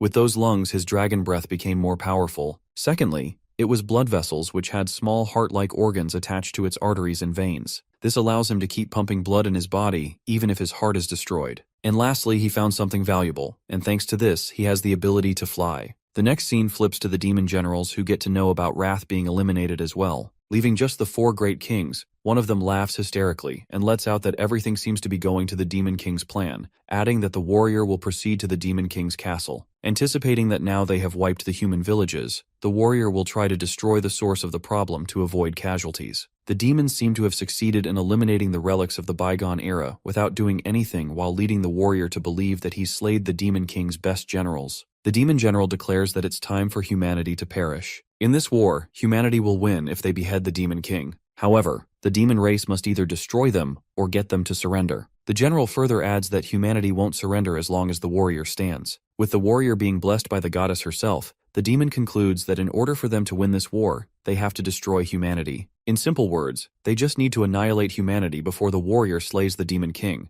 and these are the wise words of their new Demon King. After that, all the demon generals pledge allegiance to their Demon King, the one who hails from another world. The scene then switches to the 4 of them passing through a rough area where the monster passed through. As they are walking, a demon appears and asks the humans to stop immediately. While more demon soldiers begin to emerge and surround them, they fight them off. As Kim slashes 2 demons, something grabs his attention and it appears to be a map. After dealing with the demons, Kim informs them about the map of the Demon Kingdom. He finds it on one of the demon soldiers. Inspecting the map, Edward lets out that all the roads lead to one point on the map, and all the roads are connected to the main battlefield. Meanwhile, the Saintess believes this map is for supply routes, and the warrior prepares to slay the Demon King now that they have the map. However, the prince looks at the village located in the mountains and finds it suspicious as it is connected to the main road despite having no strategic value. The saintess guesses that Edward is suggesting this village might be the Demon King's main base and thinks that they should pay a visit. While the warrior instincts seem to be screaming at him, pointing out that the village is important, the warrior agrees to visit the place. 1 week later, they arrive at the village, and we see civilians controlled by the demons building weapons. Edward witnesses what he expected. The demon seems to be making weapons, but the warrior is hit by a realization and thinks about what he's supposed to do. That's when his brother tells him they must fulfill their sworn duties. As the prince says they have to kill the demons, the warrior grabs his shoulder and asks him if he's going to kill innocent civilians. Uttering that he sees no civilians here, Edward justifies that every civilian is involved in the war effort and making weapons. As the warrior stops him and questions what he's even thinking, in a flash the poor guy clutches his chest in pain. Edward calms him down and tells him not to break his sacred code. The prince then questions if killing the civilians is an act of evil, and the warrior, who still appears to be in pain, responds that massacres of civilians is not exactly a good thing. The prince believes that they're infiltrating the enemy's base to destroy their military facilities, kill their blacksmith, and cut off the enemy supplies to reduce the number of casualties. At that moment, the warrior questions himself and recalls his sacred code as a warrior, which is to always be just and righteous. Without any ado, Kim gets started with the mission, which makes the warrior helpless. This leaves him questioning his morality and slowly losing his sense of justice, of what is good or bad. With not a hint of emotions, our boy mercilessly kills the civilians, and it seems like he's the only one working his ass off because the warrior refused to fight anyone who didn't attack first. The saintess went into a panic after witnessing a young demon die. While Edward has his hands complete taking care of her, Kim finds them all useless, every single one of them. Later, the prince gets his hand on a gun and informs Kim about what they've been making here. Edward is delighted to see a Mauser pistol as they have got themselves a German gun fanatic, asking Kim if he realizes what it means, addressing him as brother. Wiping the blood off his face, our boy suspects that there must be a third one of them, but on the Demon King's side. In the meantime, the warrior interrupts them and asks if they find anything, to which Edward informs him that the Demon Kingdom is planning on drafting civilians into the war. As the warrior is shocked to hear this, the prince continues that an ordinary civilian can use this pistol on the battlefield with the simplest of instructions, and they were manufacturing these for that very purpose. After listening to him, the warrior leaves, and Edward appreciates Kim for his job well done. He rewards him with a bit of vacation and hands him the map to feast to his heart's content, marking the garrisons on the map. Meanwhile, our boy thinks it's more of a business trip. He seems exhilarated as he looks at the map with his feisty eyes, wondering if it would be the perfect opportunity to test his new skill. Suddenly, they hear a loud noise near the village, and Edward, putting on a cunning smirk, assumes things are going just as he planned. The scene then flips to the warrior, who appears to be releasing his anger by landing powerful punches. Crying his heart out, the poor guy seems helpless and thinks what he's supposed to do. The next scene takes us to the port city of the Demon Kingdom, Stuckfit, where we see a half-human and half-demon boy known as Midden working by carrying heavy sacks. After moving 20 sacks of gunpowder and 10 crates of coal, the boy heads out as he receives his wage, calculating the amount required for the rent and food for him and his little sister Myron. Letting out a deep sigh, Midden ponders his hard life and how he barely makes ends meet, but is determined to work hard. He is reminded of his sister Myron, who offered him a lollipop he bought for her on his way back home. The next day, the boy begins to work again and lifts the sacks on his shoulder, which somehow weigh less than yesterday. Assuming that he may have gotten stronger, Midden presumes he may be just a dockhand for now, but one day, he wishes to be one of the 7 deadly generals. The scene then flips to Kim, who narrates about the existence of the second brain in some larger dinosaurs, as speculated by the scientists. Their larger size meant a longer time for nerves to receive signals from the brain, so they hypnotize another brain located near the waist to assist the main brain. Kim was able to locate the second brain on the dinosaur beast when he turned his brain into that of another creature, recreating its nervous system. Therefore, even if it's a body part unique to that creature, he's able to use it freely without any practice. Still, he's never once used his brain to that extent, because there's a risk of losing control over his body to the original brain of the owner. However, if he uses this ability on the second brain, he can entirely change into another creature's brain without repercussions. In other words, he's able to fly by transforming the entirety of his body to that of a dragon's, with the exception of his brain. By merging the slimy scales of the lizardman with the scales of a dragon, he exchanged the lizardman's slime with mystium slime. In addition, he enhanced his body with the lungs and blood vessels of dinosaurs, as well as troll's blood and bone marrow for regenerative abilities. With all these strengths combined, his body is stronger than ever with the powerful and dense muscles of the orcs, close to becoming the most powerful creature in the world. With a loud roar, the dragon starts attacking the village's demons with its fire breath. Panicked by the sudden attack, the demon runs for their lives when suddenly the dragon devours a fish-like demon, gulping it down. Witnessing the dragon, Midden scampers to save his sister and is glad about their room being close to the port, which means he will be able to save her. Unfortunately, the dragon flies towards where his room is and crushes the building. In an instant, the building is turned into rubble, while Midden stands there traumatized, trying to believe what he just saw with his eyes. As the boy's eyes wander around the broken piece of the building, he catches a glimpse of his sister's hand hanging out from under the rubble, which makes him go mad. He grabs a sword and runs towards the dragon, trying to stab him to death. But his strength is unmatched by the most powerful dragon as the sword shatters to pieces, and sadly, Midden gets devoured by the dragon. After that, Kim reckons that Edward marked all the places that manufacture and stockpile military supplies, surmising that the prince wanted to weaken the Demon King's military capabilities. Although it doesn't concern our guy anyway, he's thankful for the marked points on the map as he was able to eat a variety of creatures and is especially excited to try the abilities of the fish creature he ate. Getting back to business. 10 hours after the destruction of Stuckfit, the demons seem to be having a meeting in their conference room, discussing the loss in their city, including the immeasurable damage and the loss of supplies. Hearing that it was a dragon, one of the demons asks Sloth, the dragon demon, about her remark on the situation since she's one of their kind. Sloth finds it impossible because it's reported that during the 9 hours from dusk to dawn, the so-called dragon spewed fire no more than 50 times, and this feat is impossible unless it's the legendary Dragon Road. The three-eyed demon suspects Sloth when he says that the very Dragon Road is present here with them, but she glares at him and gets mad at him for accusing her. The demon seems to suggest that if the Dragon Road of demons exists with them, there can't be another legendary dragon and gets interrupted by the demon general, Jealousy, who reminds them this isn't important. Instead, they should focus on how they should proceed. The demon general then reveals that the news of Stuckfit has spread through the kingdom. In a single day, that dragon has become the ultimate object of fear. If the 7 deadly generals were to eliminate this threat, it would raise morale in the kingdom. Other demons approve of this idea and praise him. Meanwhile, Sloth decides to go this time since this dragon of Stuckfit may be the same species as her, and she's ready to show what a real dragon looks like. In Kim's view, the attack on Harbor City was the most rewarding thing he has done since joining the warrior and his group. He consumed hybrid species such as fish and insect demons, and he was able to optimize his new dragon skills in dragon form. Thanks to his recent feast, he's able to understand his dragon form better. Reckoning if he keeps up with this progress, soon he will be able to reach his ultimate goal, which is becoming the apex predator. He glides over another village, ready to attack, as the demon first witnesses him. They mistake him for one of the demon generals, but soon, they realize that it's the dragon of Stuckfit and start running for their lives. The dragon breathes fire all around the place, mercilessly eating and crushing all the living beings. Sloth, on the other hand, flies around searching for her opponent, and according to the reports, the dragon was spotted near the 6th Army Post an hour ago. Not knowing who that dragon is, she decides to put it in its place as soon as she finds it. While Kim causes insane destruction in just an hour, Sloth finally spots the dragon and sees him eating the dead, finding it crude. More importantly, she was told that it was a red dragon, but when she looked at the dragon with body parts of different creatures, she was bewildered. She then plans to use her ability, known as the Dragon Speak, which is the power of a dragon, to sow terror and bend opponents to their will. The sloth yells to stop, and moments later she realizes that her ability isn't working on Kim. This enrages her, and she finds it impossible to stop because her Dragon Speak ability can even bring down other dragons. While our guy seems to realize that she's stronger than the puny weaklings he has been dealing with, he clarifies that it would be best for her to abandon any hopes of controlling him with her power. He warns her if she tries to control him once again,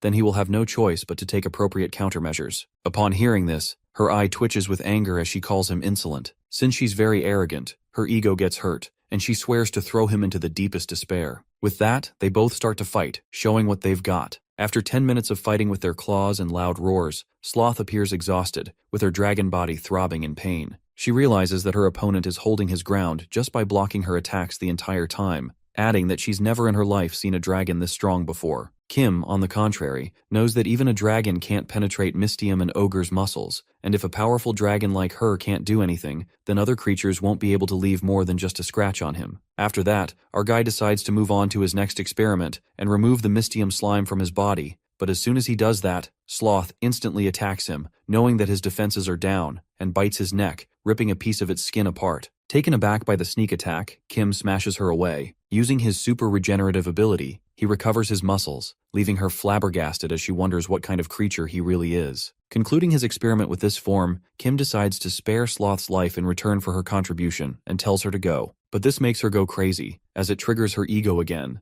and she decides to reveal the true powers of the legendary Dragon Road. Using her ability, the condensed drain breath, she creates a ball of fire while our guy has no choice but to annihilate her. The legendary road dragon spits out something that looks like parasites and crashes to the ground, wondering what the hell is happening to her. That's when Kim reveals that it's his flesh that she swallowed. It turned into parasites and ate away her insides. With that, he warns her that she shouldn't be eating everything she sees and mocks her by muttering that she should be careful next time as there's no next for her. Meanwhile, Sloth reaches her end and dies. Someone reaches out to Kim using telepathy magic and pleads for his help. The next scene takes us to the warrior, who reveals his past story. The guy narrates that he's a disciple of a goddess and a time traveler from 10 years in the future. 10 years from now, the demons joined forces with the humans to fight against the monster of destruction. In the future, the monster devoured the 7 deadly generals, the Demon King, and all the 4 great kings, including the warrior himself. Reincarnated, the warrior travels 10 years back to the past and heads straight to the Great Forest, where he annihilates the slime, which would later evolve into the monster of destruction. By doing so, Sir Kim, who was performing his duty in the forest, was safe, and that's how he was able to save the prince's life, who was initially killed in the warrior's timeline. The warrior saved a life that was on the brink of death by changing the future, although he does not know what the future holds for him. Clenching his fist, the warrior doesn't seem to have any regrets about giving up the future he knew and killing the monster of destruction.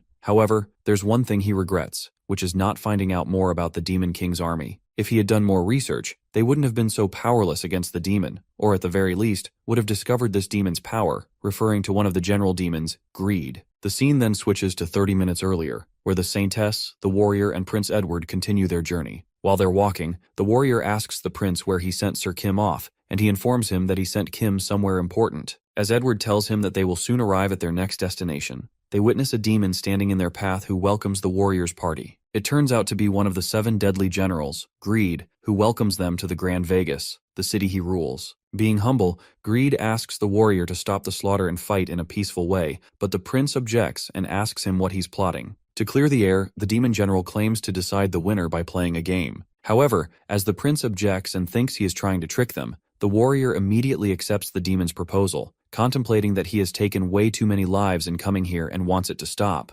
Greed is more than happy to hear this and thinks that it was too easy to trick them. He then escorts them inside and addresses them as honored guests only for one night. While the game is about to begin, the other demons begin to gossip about witnessing the warrior's death here and hope humanity dies tonight. After that, the evil-looking Greed reveals that the game is poker, and Edward decides to go first, reckoning that he's already mastered poker back when he was undercover in the poaching group, and even that monster Kim was no match for him. The demon then places his conditions, uttering that if the prince wins, he will grant him safe passage, but if he loses, Greed will take his soul. Moments later, Edward slams his hand on the table and accuses the demon of being a scam. As the poor guy shakes in anger, Greed reminds the prince that he said it's not a scam as long as he's not caught. Meanwhile, Edward is left in disbelief, saying this round doesn't count, and gets determined to find the trick he played on him. Nonetheless, the prince loses, and as promised, Greed takes his soul. While the demon takes out his soul and puts it inside a coin, the Saintess freaks out and asks the demon how dare he steal Eddie's soul, calling him a bastard.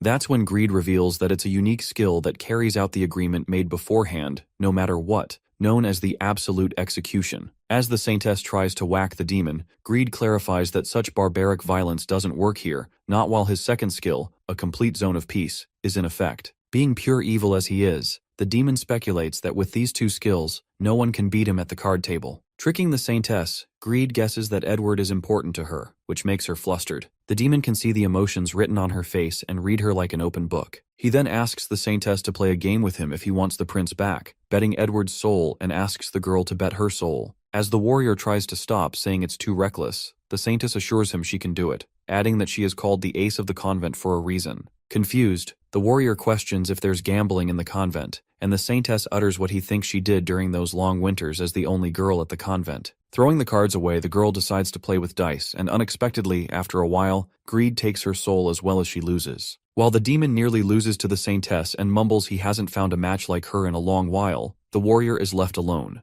Greed then moves on to the warrior to play the same trick and asks if he wishes to play to get his companion's souls back, adding that he just needs to bet his soul. But the warrior goes into a state of panic, thinking that he has never gambled before. Contemplating that he's never gambled in his life, the warrior is stuck in between as he can't leave his comrades like that. Just then, someone smashes a demon through the door as he comes crashing onto the floor. As Kim makes an iconic entry, the warrior can't hide his happiness when he witnesses him, and Greed welcomes his new guest, who is quite a hothead. While the demons believe that he has walked into his death, our guy peeks at the soulless Saintess and Edward, thinking that they are useless. He decides to wrap it up quickly and then get back to his real mission. He clenches his armored hand, but Greed asks him if he's planning to use brute force and acquaints him to try using violence around him, as it will be pointless because of his unique skill, Complete Zone of Peace. Kim confirms it with the warrior, who informs him that the demon is speaking the truth, adding that his skills neutralizes any act of violence within these walls. Well, it seems like our boy has found himself a feast as he is enticed by the demon's skill. After that, Greed explains that the prince and Saintess have both lost their souls to him,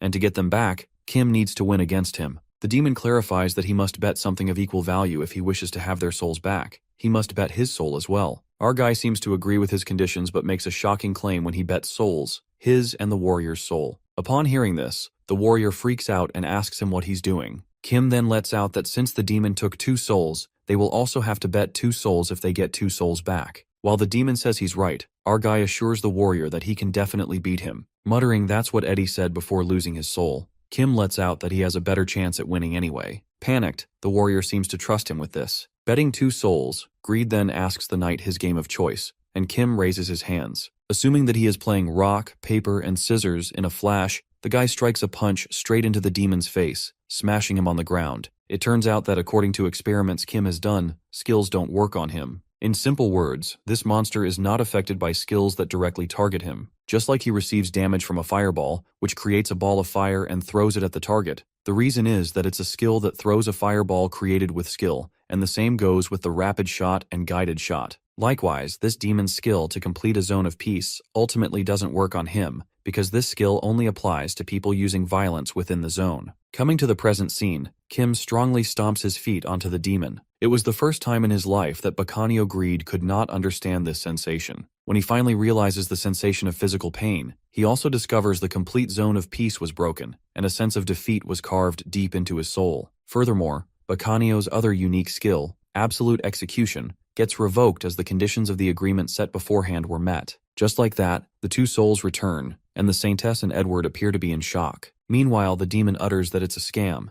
Kim, who has already beat the crap out of him, goes on to the second game. Betting on Greed's life and everything he has left, our ruthless guy asks him if he's going with his right hand or left hand. Grinning like a madman, Kim transforms his feet while Baccanio makes a guess. Giving the wrong answer, the guy kicks the hell out of him as the blood splatters everywhere. Witnessing one of the great kings getting annihilated, the demons are left in terror and run for their lives. However, the monster traps them and affirms that nobody is getting out of here alive. Listening to this, the warrior objects and makes him understand that they don't need to kill for no reason. Giving him a cold stare, Kim justifies that these scumbags were enjoying watching Baccanio taking people's souls, and taking these trash out is an act of righteousness. While the warrior tries to reason with him, the knight aims the sword at his neck and asks the warrior if he will choose justice or goodness. As he remains silent, Kim tells him to get those 2 people out of there, as someone who doesn't even know where their heart lies will only get in his way. The warrior then takes the Saintess and Edward out of the place while the demons inside scream for help, pleading to let them out. The heartless monster then begins cleaning the house and devours the demons as they scream in agony, gulping them down like the vicious beast he is. After his bet with the demon general, he acquired his skills, and the moment he acquired them, information flooded into his mind. After gaining control of the casino, Kim learns that it was Greed's personal fort, where he controlled everything. Now that he gets the control, our guy thinks of testing out some hypotheses, but he seems to be running out of time. Removing the fire extinguisher materials and supplying oxygen inside the building, the monster breathes fire, which results in exploding the whole place. Witnessing the blazing fire out of the building, the warrior is taken aback, but he recalls his conversations with Sir Kim and walks away. The next scene takes us to the demon's hideout, where the 2 remaining demon generals are shocked by the situation. In the meantime, a little demon arrives and asks about the matter, to which one of the demons informs her that they lost contact with the sloth, adding that Greed's domain in the Grand Vegas has fallen and he's nowhere to be found. After knowing that there is no chance of them being alive, the little demon starts sobbing as they lose 2 very talented demons. However, one of the deadly generals, Jealousy, addresses the girl as Majesty and says that the plan has been processed without the intervention of the 4 great kings, so she doesn't have to be sad. Asking if she shouldn't be sad about the deaths of her colleagues, the demon apologizes to her, saying that they volunteered to stop the warrior, adding that it's tragic, but mourning would be an insult to their sacrifices. Agreeing that the warrior was delayed and their plan is almost at its final stage, the Majesty concludes that it's a sacrifice for the greater good and leaves as she feels tired. After she leaves, jealousy and lust argue about their unsuitable titles. Nonetheless, Lust seems to care about Her Majesty's plan as they're almost at the last stage. He surmises there won't be any setbacks if they die. Upon hearing this, Jealousy questions who should die first and decides to volunteer first. Watching his colleague willingly die, Lust gets concerned, but Jealousy assures him that he's just an old man wanting to go first. The scene then takes us to the Pig's Grand Vegas, which appears to have been ruined by the explosion. We see the sole survivor, Kim. He narrates that setting the fire in the casino was a risk to himself because his super regeneration skill comes from a troll, which happens to be weak to fire. However, the guy was able to shield himself with the dragon scales and lizardman mucus. In addition, if the regenerative area is exposed to the fire, he will receive critical damage. Considering his fight against the demon dragon, he was too careless, and it would have been dangerous if the dragon breathed fire on his regenerating shoulder. Coming to the present, Kim hears the rustle within the ruins and witnesses a salamander. While he wonders if it's a pet that a demon raised, the lizard springs up and it turns out to be a 10-foot-tall giant reptile. As our guy speculates that this lizard was able to withstand the dragon fire, he gets fascinated by it and opens his mouth for another feast. He grabs it from the tail and bites the salamander with his sharp shark teeth, slicing it apart. Later, our boy joins the warrior and the others. Meanwhile, Prince Edward's head hurts, and he thinks being inside that chip was the worst. He catches Kim smirking and asks if something good has happened, calling him a creepy bastard in his head. But the guy skips the main plot and informs him that he escaped fire. It is then revealed that the strange lizard Kim ate, the salamander, is a rare lizard immune even to dragon fire. It secretes fireproof mucus on the surface of the skin and in cells throughout the body. With this, he can now use it on his troll skin, which he previously couldn't cover in mucus, concluding that he's overcome his weakness. While Kim reveals everything about his new skills, Edward shakes his head as he processes the new information and is kind of alerted by him. Conversing in English after a while, our boy assures him that he will go back to where he came from when he knows how, so he doesn't need to worry. Panicked, the prince seems threatened by his sworn brother, letting out that knowing in his head is one thing, but feeling in his heart is completely different. After that, Kim ponders that they are working together, but if Edward sees him as an object of terror, it might lead to unintended consequences. To clear the air, our guy tells him that he's vicious yet helpful, which might ease his panic. As Edward asks what he means, Kim discloses that he did the job for him while he was unconscious, informing that the warrior turned his back on justice and chose goodness. Hearing this, Eddie seems to hit the bullseye and marks his strike number 2. Grinning like a monster, the prince believes that he just has to satisfy one more condition, and he will be able to kill the warrior. It is then revealed that the warrior is the most powerful being on the Elmwood continent. Not only in physical strength, but the warrior is also protected from the grand scheme of life, known as destiny. As the Demon King's army approaches them attacking the warrior escapes a death blow, one that would have taken an ordinary human 1,000 times over, and in life-threatening situations someone comes to his rescue. If he were to face an unbeatable opponent, chance intervenes, granting the warrior victory. If the warrior is in a situation that requires 1 in a million chance, a miracle occurs without a fail. Therefore, in order to kill the warrior, it requires power far stronger to overthrow his destiny. But no one like that has ever existed. It led to the Demon King being slain by the human warrior and the human king by the demon warrior. His destiny only protects him if he's a warrior, otherwise it won't work. If the warrior goes against his qualifications, destiny will no longer protect him. Meanwhile, the warrior is glad he got lucky and found a carriage since they have a long way ahead of them. The prince mockingly jokes around, saying it's because of him they got blessed by the goddess herself. Edward goes on to explain to Kim about the qualifications of a warrior that are the most righteous, the most just, and the most virtuous. However, the warrior has already defied the virtuous part at the demon village and decided against the righteous at the casino. Now he only needs to give up on one qualification, and he will no longer be a warrior. Both Kim and Edward converse in Japanese so that no one understands them. While riding the cart, our guy seems curious as to why the prince is so determined to kill the warrior. That's when the prince confesses that this wasn't his original plan. He's just carrying out his old man's plan. The damned bastard, the king, planned on making his firstborn son his successor, and the second son, him, to be the advisor to the throne. So, the king devised a plan to make the warrior lose his title, which meant disqualifying him by forcing him to choose between being the warrior and succeeding to the throne. But he ended up not carrying out his plan since he feared the wrath of the goddess. Somehow, Edward came across his plans, although he admits that he did really struggle with unlocking the seal enchantments. So, after making some revisions of his own, he's currently carrying out those plans. Getting what he's trying to say, Kim lets out that this wasn't the answer to his question, wanting to know why the prince wants to kill the warrior. He doesn't seem to have any enmity towards him that would make him kill him. Upon this, the evil prince lets out that if his brother, the warrior, were to die, then the despair his old man would feel will outweigh any sadness of his own. At that moment, they reach the Flatfield Plains, which appear to be the place where the Demon King's castle is. But the prince finds it strange because in video games, the Demon King's castle is always surrounded by lava, or in the middle of a poisonous swamp. He finds it odd to be in the middle of the plains, while our guy finds this area ridiculous and wonders who would build their capital here. This leads them to think that something is not right, and Kim notices how there's literally nothing around them, not even an insect. While the prince wonders what the hell happened here, our guy seems certain that they have something ahead of them. All of a sudden, the horse makes a loud noise and stops in his tracks, refusing to go further as it trembles with fear. The warrior comes out while the prince inspects why the horse is scared since there is nothing around here. Thinking that the horse might be exhausted, the warrior gets a weird feeling and wonders if it's because of the castle. Meanwhile, his little brother asks him what's wrong. The warrior shrugs that feeling off, claiming he did feel something strange but not sure what it is exactly. He utters they might be able to find out if they get closer to the castle, but with the horse like that, they can't do anything. Once the horse stopped, it refused to take another step. Firstly, the prince tried to calm the horse by feeding it grass, but it refused to eat. Secondly, the saintess even used a healing spell on the horse in case it was injured, but nothing was physically wrong with him. Our guy, on the other hand, contributed by scaring the horse, but it only began to tremble even more. Finally, the warrior gave a rousing speech about the significance of slaying the Demon King, but the horse did not budge. Just like that, they decide to spend the night here since they can't really do anything.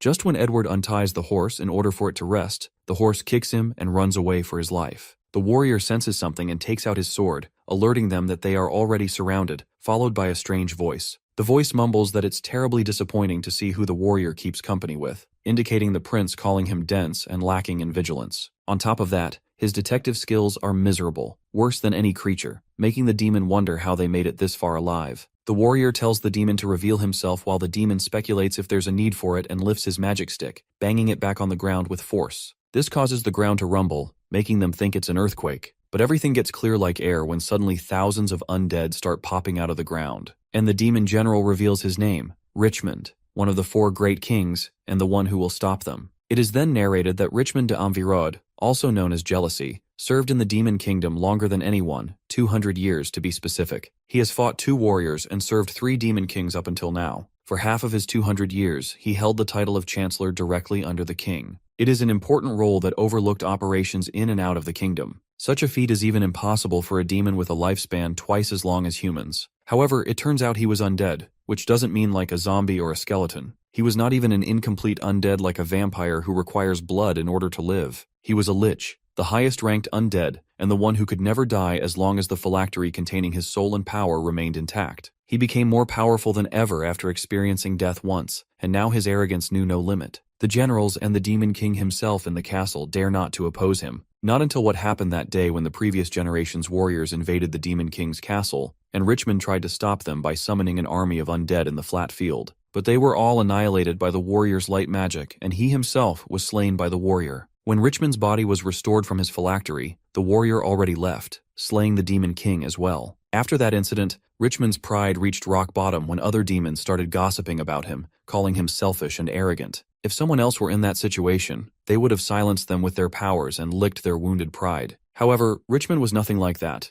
He was a genius sorcerer. He did not do anything so degrading as blaming others for his failure. Instead, as a researcher, he investigated the cause of his defeat. The primary cause of his defeat was the warrior's light attribute magic. It was impossible for his undead army not to be weakened by his light magic. For 4 years, Richmond tried to imbue his undead army and physical body with tolerance to light, and as a result, he became very strong. On the contrary, the Saintess and the warrior are baffled as to why they weren't able to detect the undead, because the undead radiate resentment towards the living, and that can be detected, but they never detected anything. Meanwhile, the Saintess couldn't even detect evil from them. Although she practices holy magic, the warriors instruct her to use holy magic. As she casts the holy magic, the undead remains unaffected by it but becomes even cleaner. Freaking out, they realize that her magic healed them instead. After that, the demon decides to reveal the fun part he has been keeping and strikes his magic stick on the ground, surprisingly, using holy magic. The sight of the undead using the holy magic makes the warrior go crazy, and the Saintess is left in shock while Richmond reveals his secret as a little treat for them and pulls out a temple's holy scripture. Suspicious, the Saintess recognizes it and asks him how he got that, to which the demon responds that it's obvious that he is a disciple of the temple. In fact, all these undead on the flat field, including him, are the disciples of the temple. Therefore, they don't harbor any hatred or resentment towards the living. Upon hearing this, the saintess finds it absurd for an undead to be a disciple of the temple. Meanwhile, the demon doesn't get offended and finds it funny instead. Mocking her that she started her journey as a saintess 10 years ago, Richmond reveals that he was a disciple of the temple long before she was born, and he's read the Holy Scriptures over and over again to build his tolerance to holy magic. Daring to call his devotion to the temple absurd, he lets out that he has also acted out the deeds of many saints and holy men. He tells her that 10 years of devotion for them is beginner level, and with that level of devotion she has right now, she would be around a lowly undead's level, pointing towards an ugly-looking undead. While the saintess is pissed for comparing her devotion to an undead, the demon further reveals that feelings like hatred and resentment comes from jealousy towards the living. But with faith, Richmond was able to overcome his jealousy that has been carved deep into his bones. With being able to conquer jealousy, Richmond calls himself the general of pure, unadulterated jealousy. Left in disbelief, the saintess justifies that the undead don't fit the criteria set by the temple to be considered natural forms of life, and there's no way creatures like them believe in the temple. Richmond responds that there's nothing in this world the goddess hasn't touched, and every little thing holds a seed of devotion. He further mentions that the undead bodies are created by the goddess and revived by the magic regulated by the goddess, so it's not impossible for them to have faith. Realizing that the demon just stated a verse from the scripture, the saintess is appalled and mutters even if demons have faith, the goddess couldn't bestow the power of holy light upon such foul creatures. But Richmond shocks her once again as he states another verse and says that so-called foul creatures like him have turned to the pure light, adding that it's not surprising for the goddess to bestow the power of holy light upon them. Intimidated by the knowledge of the demon, the saintess acknowledges that he's not wrong, speculating that this bastard is clearly a devoted disciple of the temple. Trying to trick him, she asks Richmond to get out of their way as they carry the divine message sent by the goddess herself. But the demon clarifies that she cannot deny the laws of the earth by using the laws of heaven as an excuse, stating the laws of the heavens are invalid as they've entered his territory, and even if the goddess claims his actions are wrong, he has vowed to serve the demon king. Saying that it's enough talk, Richmond closes the scripture and commands his undead demons to kill them as they have waited for long enough. As the demons dash towards them, the saintess casts a holy barrier, and to her surprise, the demons break through the barrier and attack her. Just as the undead zombie is about to devour the girl, someone casts light magic, smashing the demon away. It appears to be Prince Edward who saves her with a shield of lights and calls out Angela, the saintess, to snap out of it. While she looks at Eddie fighting the monsters, Angela starts blushing as she gets a flashback of Eddie protecting her from the wolves when they were kids. But she yanks out her thoughts and recalls that she must not have any personal feelings as a saintess. She then joins the prince, who seems glad that she's back. On the other hand, Kim seems to be resting on the carriage when a demon disturbs him, and he whacks him with his armor hand. Concerned, the warrior asks him if he's alright, and our fella jumps from the carriage. Relieved that he's still in one piece, the warrior then warns him that the light magic doesn't work on these undead monsters. Not giving a damn, Kim steps forward to fight off the zombies while the warrior is quite surprised by his bold move. The real monster enters the scene, and without wasting a moment, our boy rips out the demon's arm and kills it like it's no big deal. Kim reveals that the demons break when they hit them, and the warrior is dumbfounded. He seems fixated on the idea that the undead must be fought with light magic, and all he needs to do is swing his sword more. Asserting that they're nothing but the demon's king, henchmen, the warrior leaps toward them, thinking that his holy sword will be a force to be reckoned with. Surmising that as long as they are immune to light magic, the undead will get back again if he cuts them down, so the mighty fella plans to destroy them, adding that a regular sword would break, but his holy sword is indestructible. On the other hand, Angela seems to be taking down the monsters by striking powerful punches at them. Her 2 fists are more than enough for the humble priests to defend themselves, as the Pope of the Temple said 1,000 years ago. Meanwhile, Edward takes it as a shame that he can't use his specialty, light magic, but he seems to have another way to wield magic. Watching them beating the crap out of the undead zombies, Kim thinks that they're doing better than he thought, but as there seem to be way too many to deal with, he decides to join in to end this quickly, transforming into a dragon. As Richmond peeks at them struggling to fight the endless undead army, he makes it clear that even if they manage to wipe out 1,000 of them, that doesn't even amount to 1% of the entire army, threatening that they will soon be joining his undead army. But his pride is crushed in a flash when the dragon breathes fire at his army, which makes the old guy question his life decisions. While the blazes spread, the dragon carries the warrior companions and glides in the sky. As Angela and the warrior are freaked out by this sudden dragon transformation, Kim informs them that they will be heading straight for the Demon King's castle. Getting suspicious, the warrior glances at Edward, who doesn't look panicked at all, which leaves him to guess if he already knew about it all along. He then asks the prince if Sir Kim is a dragon, to which Edward refuses. They demand an explanation from him, and that's when the prince speaks up that he can't reveal Kim's real identity as he is bound by oath. Eddie mentions that Sir Kim's origins are unlike that of any other human. He is also dangerous enough to make the whole world his enemy, and refuses to speak further. Meanwhile, the warrior ruminates that Kim can transform into a dragon, and has a unique origin, concluding that it's a shapeshifter. Freaking out, the warrior asks the prince if he's a shapeshifter, but Eddie refuses to say anything. Troubled, the warrior ponders that a shapeshifter's metamorphosis is a unique skill of a type of demon, which means that Sir Kim must be a demon who turned on his own race, or a half-breed born from a demon and a human. In summary, the warrior is reminded of his past death by the monster and suspects that Kim might be the monster of destruction. However, he remembers how that guy helped them defeat the demon generals and rescued them from the undead just now. Recalling that he has already slayed the monster of destruction with his own 2 hands, the warrior stops doubting the very kind Mr. Kim and believes that he can never be the monster of destruction. Getting near the Demon King's castle, the warrior is astonished that they managed to cover the distance in 30 minutes and peeks at the castle, which looks quite ordinary. While the dragon tells them to look behind, they all witness the army of undead following them, and the Saintess assumes from the distance that they will catch up to them in 2 hours. Calculating the time, the warrior reckons if it would be possible to slay the Demon King and escape on Kim's back. He speculates that there's not enough time to execute this plan, and if they fail to kill the Demon King before the undead swarm, they repeat what happened earlier. Just then, the warrior asks the dragon for a favor, and Sir Kim lands on the ground while the 3 of them scamper toward the castle. The demon guarding the castle spots the human soldiers. He commands the other soldiers to stop the intruders as they are headed for the castle. As the demon soldiers try to catch up to them, at that moment, someone splatters a purple sticky liquid on the demons.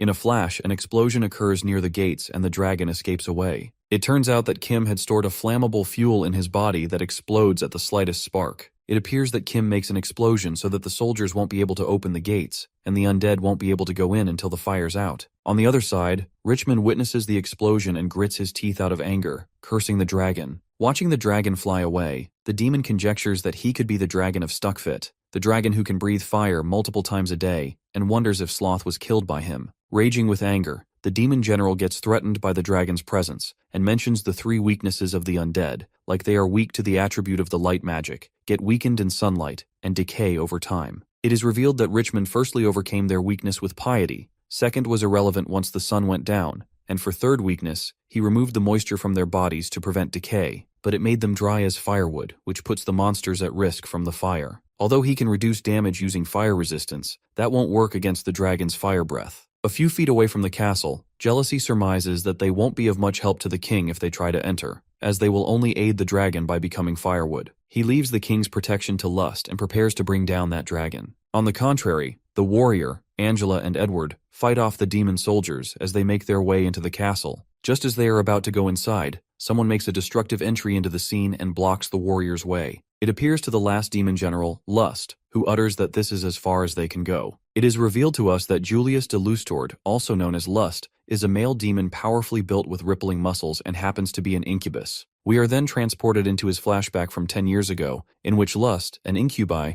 was a mid-tier mage-type demon who seduced humans to drain their energy. As their talents lie in magic, they have no need to develop any true physical strength. Incubi are pretty boys and men to begin with, so they avoid building excessive muscles. Likewise, Lust avoided bulking up, but somehow he ended up with his hulking muscular body and attacked with brute force rather than magic. It all started a decade ago. From his memories of parting and loss, Julius was too confident in his appearance. While the guy is reliving his past sob story, his flashback is interrupted by the warrior who leaps towards him. As the muscular guy is pissed off for getting in the middle of his flashback sequence, he throws a big boulder onto the warrior, but this fella slices that big rock into pieces with his holy sword. Wielding his sword, the warrior strikes the final blow, which makes the demon fall dramatically as he is banged hard on the ground. The demon contemplates his last moments about his abrupt ending for the most powerful of the 4 great kings. Taking his story into consideration, his end was unavoidable. He did not take civilians hostage like arrogance and gluttony did, nor did he have power like giant monsters like Wrath and Sloth did. With not even having an advantage in a fight like Greed either, Lust also lacked a powerful army like the one Jealousy had. Consequently, in this one-on-one fight, the warrior clearly had the upper hand. Coming to the present scene, Edward tells the warrior they must leave. Meanwhile, Lust lies there helplessly,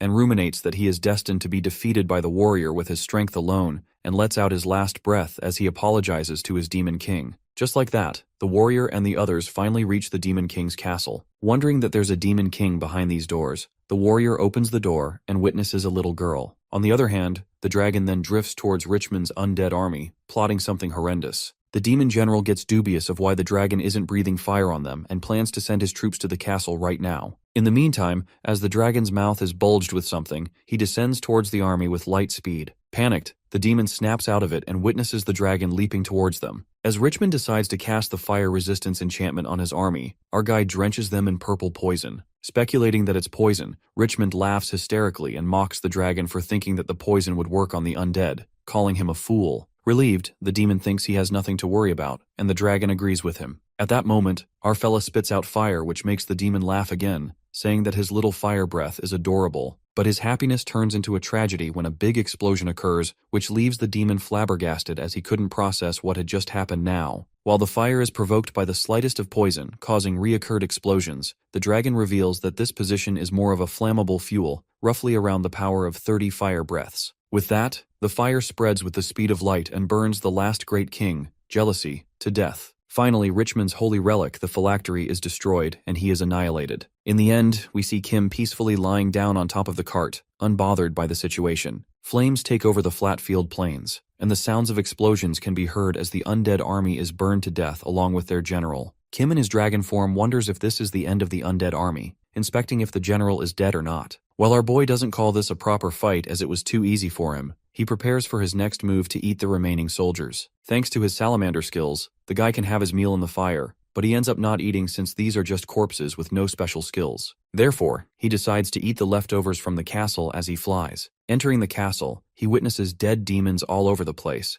and then he sees one of the 7 deadly generals, Lust, who is killed by the warrior, as he appreciates the warrior living up to his name. He opens the door to the Demon King's room only to find the prince and the warrior arguing about something, aiming their weapons at each other. Meanwhile, the warrior seems to be protecting a girl. Edward questions his brother's action as the warrior clarifies that humans and demons should coexist instead of killing. The Saintess tries to calm both of them down and tells them to lower their weapons. Meanwhile, Kim asks for an explanation regarding the situation as he questions what happened to the Demon King and who that woman is. The warrior ponders that telling him the truth will be dangerous, but his thoughts are interrupted when the prince reveals to him that the woman hiding behind the warrior is the Demon King, and that the warrior has abandoned his mission to kill the Demon King. The warrior requests Kim listen to his side of the story before he takes action and tells him that this girl is not the Demon King. He tries to reason with him, but Kim is confused when he hears the warrior say that this girl didn't used to be the Demon King. The warrior reveals that she's in the body of the Demon King, but her soul is from another world, which Kim finds absurd.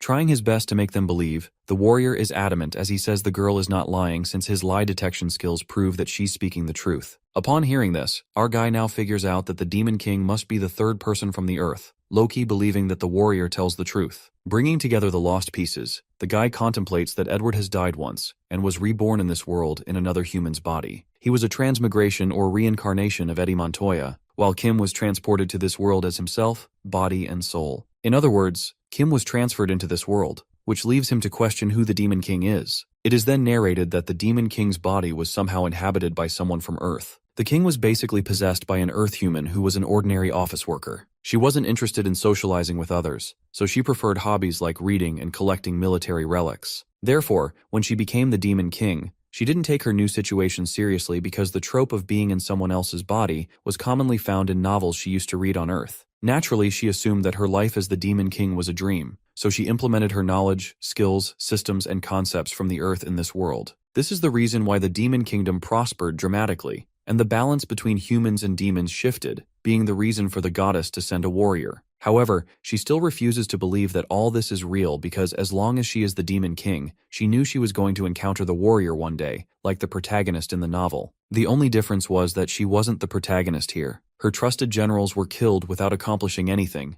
and when her most trusted general, Julius, was killed by the warrior, she finally came to terms with reality and was reawakened by the long-forgotten fear. She confessed everything to the warrior, and now all she could do was beg for mercy. After that, Kim tries to comprehend what the warrior just told him and says that the girl ordered her henchmen to wreak havoc, and she's surrendering now just because she's scared. The warrior interrupts in the middle while our guy asks him if he actually believes in the other world nonsense. While the warrior justifies that it's hard to believe but it's the truth, Our cunning fella, on the other hand, certainly believes him, but the boy gotta pretend. The poor warrior takes guarantee of the Demon King speaking the truth, and his heart aches as he breaks down in tears when he remembers how many lives have been lost already. He wants to put an end to this endless slaughter. At that moment, Edward stares at Kim, giving him a signal, and he pulls out his sword and approaches the warrior, saying that it's time. While the warrior is falling apart, he is baffled to see a sudden change in his brother's attitude. Edward strikes the sword at him. To defend himself, the warrior tries to halt the attack with his sword. However, as soon as the prince's sword clashes with his sword, it shatters to pieces. The evil brother Edward stabs his older brother, and the Demon King stands right behind him. Being a warrior, one must always be righteous, just, and good. These might look similar, but there are times when they clash. A warrior must overcome these moral dilemmas and come up with the most ideal outcome. And that's what he's been doing so far. But the ill will of Kim and Edward violated the warrior's good nature. Firstly, in the village where they were manufacturing weapons, the warrior took part in slaughtering innocent civilians. At the casino, the warrior did not punish the evildoers, but instead focused on saving his friends. Lastly, he abandoned his quest to protect that Demon King. He basically tossed aside the last quality required to make the warrior worthy: righteousness, hence breaking all the sacred codes. This means that the warrior was no longer righteous, just, or good, therefore he was no longer a warrior. Blood drips from Eddie's sword as he stabs his brother, the warrior, and the Demon King. He reminds him that he ceased to be a warrior the very moment he decided to spare the Demon King's life. With him no longer being the warrior, the holy, unbreakable sword of the goddess is just like any ordinary sword. As the warrior tries to say his last words, he collapses on the ground without saying it. The sight horrifies the saintess as she asks the prince how he could kill a warrior and rushes towards his body in order to try to heal him. However, Kim grabs her hand as she keeps healing the warrior, and before she could do anything, she gets devoured by our guy. The scene then takes us to Edward's flashback, where he seems to be planning to kill the warrior, and they just have to break this one more condition. But before they proceed with their plan, they decide to take care of the priestess. While Kim finds this unexpected because he thought Eddie liked her, it occurs that the prince does like her, but he can't let a healer live as she might save the warrior's life. If the warrior is no longer a warrior, then he will become the first prince, and Edward would have to say goodbye to his throne, which also means he wouldn't be able to keep his side of the contract with Kim. As far as he knows, the saintess's healing powers are beyond what they can imagine, and there was an instance when a saintess from the previous generation healed what looked like minced meat. Might as well call her healing powers a miracle. The prince explains to him that she's basically immortal, so if they have to kill her, they would have to eradicate her body. Thinking how they would do that, the prince winks at him and reminds him that they have a monster that can transform into a dragon and swallow a whole person, referring to Kim. Grinning evilly, Kim says he seems to be mistaken, since he can also do that without transforming.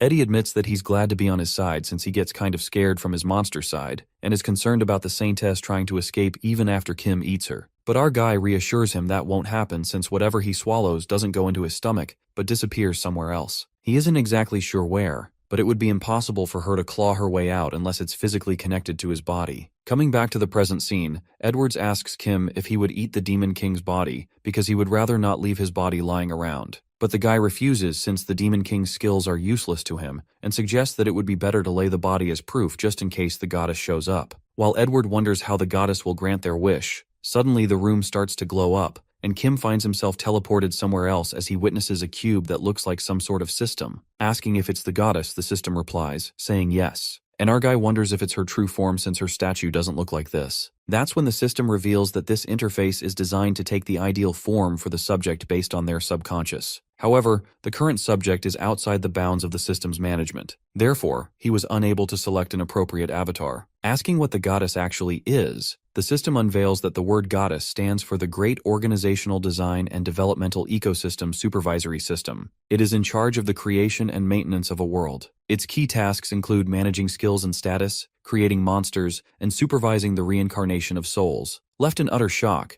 Kim realizes that the goddess wasn't an actual being but a system, and thinks if this is what the real goddess is supposed to be. He then begins questioning the goddess, and first asks why he was brought to this world, to which the system answers that Earth is adjacent to this world, so sometimes errors in the system lead to people being brought over, like the prince and the Demon King. Secondly, he asks why the monsters in this world were created to resemble legendary creatures or those from the Earth. The goddess responds that they were created, referencing the creatures and monsters from his adjacent world. The boy then asks the goddess if it has an issue with them killing the warrior, but shockingly, the system assures him that it's nothing like that. Kim is quite surprised and questions if he can be granted a wish as a reward for slaying the Demon King, adding that he and the prince ended up killing the warrior and saintess in the process. While the system is aware of that, Kim wonders why it doesn't seem to be angry about losing his chosen one. The goddess then lets out that it doesn't possess feelings, similarly to a video game not having a preference in its functions for saving or loading. It adds that if the system had a personal say in this matter, he would have appreciated Kim's work. As our guy is still in disbelief, the system reveals that the implementation of the warrior system was supposed to create a balance between humans and demons,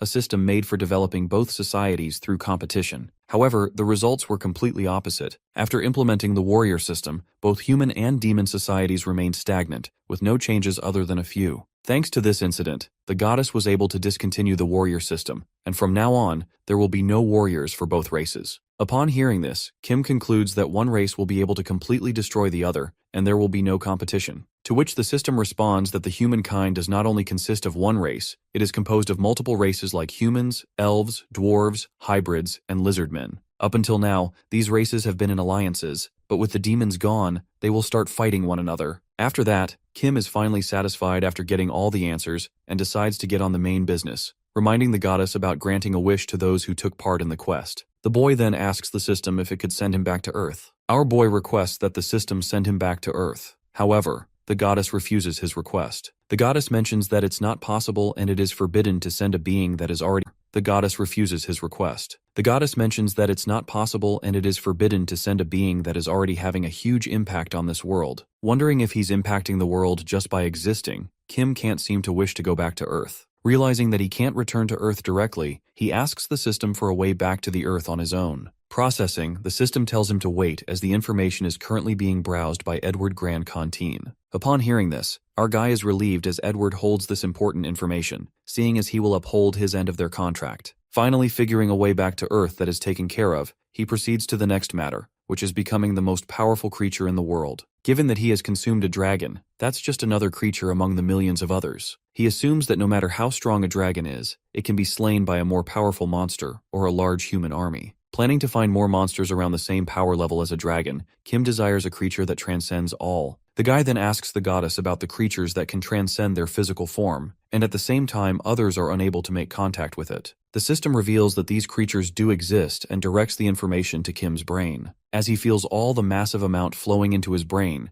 he gets to know about the creatures with Earth's mythology as their motif that are currently in their developmental stage, as their cultural and technological capabilities of Elmwood continent are unable to counter them. Being able to produce one of these creatures upon his wish, our boy gets to choose a creature and gets baffled whether he should choose the ability to travel at 400 light speed, ability to teleport, or ability to create physical forms. He gets tempted by all the extraordinary skills. However, Kim decides to save his wish. The boy then narrates that none of these creatures have not yet been released in this world, because the Elmwood cannot counter them, which means that people of Elmwood will be able to fight off these creatures one day. If he lets his guard down quickly by reaching to the top, he will become lazy and idle, which means that someday other creatures will catch up to him. But if he becomes an apex predator, that means no creature or no other being can catch up to him, believing that he will be indestructible and at the top. In addition, he has yet to devour countless other creatures, and after consuming all the creatures, he can gain this extraordinary skill later anyway. Kim then informs the system that he will receive his reward for killing the Demon King some other time,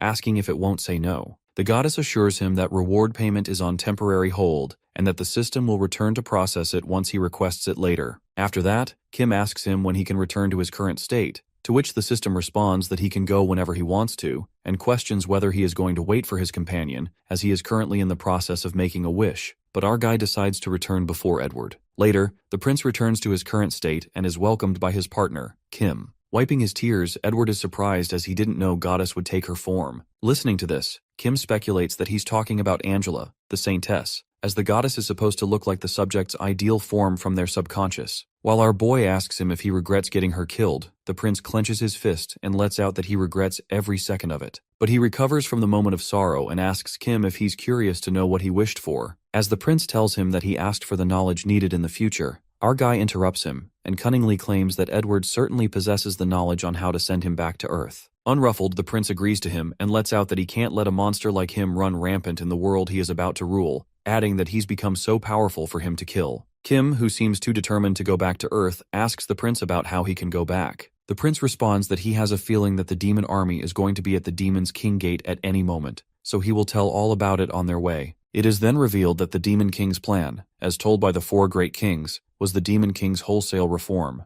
The distribution of command, introduction of new weapons and war tactics, the education on the importance of supply, the reform of war rituals when a higher rank leader dies, the subordinate takes over the command. It comes to light that all her ideas came from reading books on military strategy. As a result, a large reform of the demon army was implemented, and its combat capability dramatically improved. They were capable of endangering the survival of the human race even without the Demon King or his generals. The scene takes us to the Demon King's castle, where the human soldiers seem to be shooting arrows at the demon army, which seems endless. While one of them is eliminated, the human soldier finds it impossible to fight off the large demon army with strange weapons he's seen before, thinking if it's really the end of the human race. Just then, someone attacks the demon army, and it appears that more reinforcements have arrived. Suddenly, the general soldier notices that someone has opened the castle's front gate and shouts at fellow soldiers to close them. While one of them informs him that it's the Knight of the Third Order, the soldier recalls that the order is famous for being composed of the sons of aristocrats who are utterly useless. At that moment, as the aristocratic knight gallop on their horses, one of them decides to take this opportunity to show everyone how brilliant he is. But unfortunately, he is killed by the demon's weapon. On the other hand, the general frantically orders the soldiers to close the gate as the colossal demon army awaits them. As the soldiers are about to close it, they are attacked by the demons. The general soldier presumes that they are done for and accepts the fate that humanity will end soon. That's when the soldiers witness something in the sky and are freaked out when they realize it's a giant dragon. It appears to be Edward, Grand Conton, and Mr. Kim who come to their rescue. The next scene takes us to the king's palace, where the soldier reveals that Prince Edward has returned from his quest to slay the Demon King and fought off the entire army. While the people are amazed by the prince's great work, the king is left in disbelief and presumes how the prince was able to destroy the entire demon army. That's when the soldier unveils that the prince arrived, riding a dragon, and it burned the whole army to death. Upon hearing such preposterous things, the king is utterly astounded and finds it hard to believe that Edward controls a dragon. But the soldier assures him that he's speaking the truth, and he confesses witnessing the whole thing with his own eyes, saying that it was incredible. After realizing that the truth cannot be denied and watching the people praising the prince, calling him a hero of humankind, the king contemplates that if he continues doubting the prince's accomplishment, people will question his insight. The king finally acknowledges his son's remarkable success in front of the people. He then ponders that the prince cannot be a hero of humankind, given that he's just like his father. The king believes it could be true that Edward delivered the final blow during the battle with the Demon King, as his talents and skills are real. However, the warriors and the saintess's deaths don't make sense to him, and the king assumes that the prince slain them, considering that he would have done the same. Thinking that it's only natural that Edward killed the warrior, the king speculates why the prince wasn't punished for carrying out his plan,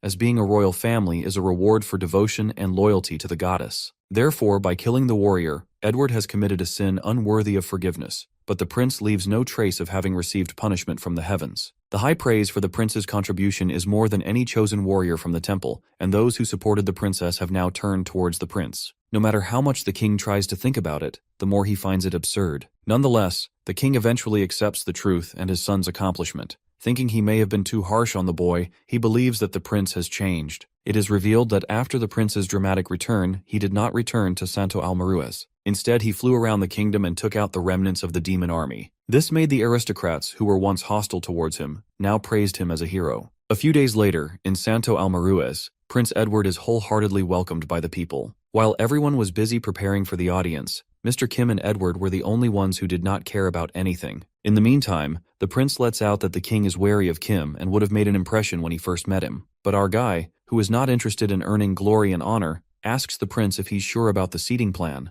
to which Edward mutters that he's certain, given that he got this information from the goddess herself. After that, Kim leaves, and the prince wishes him good luck. As the bell rings, Prince Edward is honorably escorted into the palace, meeting eyes with the king. The king seems to be panicking inside as he ponders whether he is right to believe that the prince changed after the quest. Just then, one of the soldiers asks for the prince's sword, and Edward reaches to his sword, giving it to the soldier. Collecting the sword, the soldier recalls the king's order to kill the prince immediately if he goes for his sword, while Prince Edward kneels before his father and asks him how he's doing. The king then asks him what he learned from his journey, and the prince responds that he's learned of the sacrifices the king has made for his people and realizes the weight of the crown he wears. While the king is speechless, the prince rises, and his father yells at him, saying that he did not order him to stand up. Smirking, the prince casts his light magic and retrieves his sword, confessing to his father that he's come to realize what he should do from his point onwards, adding that the king doesn't need to sacrifice or bear the weight of the crown anymore. As a strike of terror rushes through the king, he asks his son what he's doing, and the prince reveals that he's succeeding his throne as he pulls his sword. Freaked out, the king yells at the prince while the soldiers surround Edward with their weapons and stop him. Just then, Edward casts his light magic, creating a blade of light, armor of light, and shield of light. As the soldier tries to halt him, the prince ruthlessly stabs him and kills all of them, chopping off their necks. While the old man is scared to death and calls it treason, realizing that he was a fool, he thinks this bastard has changed.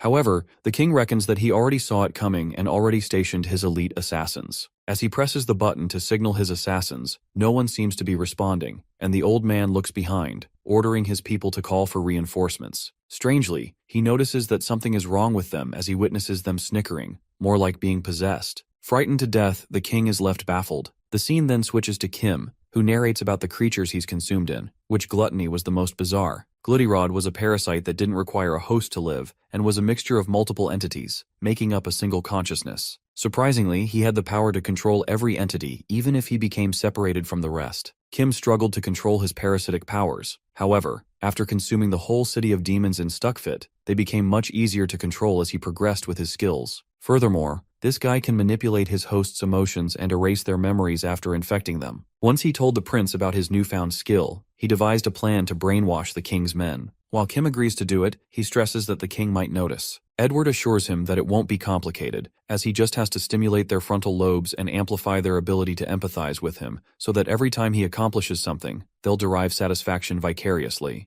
Just then, our guy begins infecting the palace by contaminating the water supply with his eggs, the same method the demon used. Coming to the present scene, as the blood splatters everywhere, Edward strides forward with his sword, unveiling the old man's doing of how he killed his mother, sending assassins to kill him, and sending Angela to the temple. Confronting his father, he wishes to make him answer many things, but he decides to do it another time. At that moment, Prince Edward stabs the sword straight into his father's chest. While the blood drips out of the old man's body and mouth, he hopes that there's a special seat reserved for his son in hell. Taking his last breath, the prince pulls out the sword, and the king is eliminated as he falls from his throne. Meanwhile, the heartless son grabs the king's cape, and someone crashes inside the palace. It appears to be a guy who is killed by Kim. After that, our guy informs the prince that it's finished, and Edward succeeds with his plan to eliminate all the scum in the palace. Filled with pride, he puts on the crown and settles on the throne, uttering that there's nothing in his way anymore. The crowd then begins applauding for their new king, who sits on the throne covered with his father's blood. Later in the palace, King Edward seems to be conversing with his dead brother, knowing what he's come to say to him. It is then revealed that Edward's wish from the goddess was knowledge in its purest form. Using this, he was able to provide Sir Kim with the locations of the people he had to eliminate, and among the knowledge he was granted were the last words of his brother he could never finish. The warrior's word warns him not to cross the line. The prince gets up from the throne and tells the warrior that it's too late,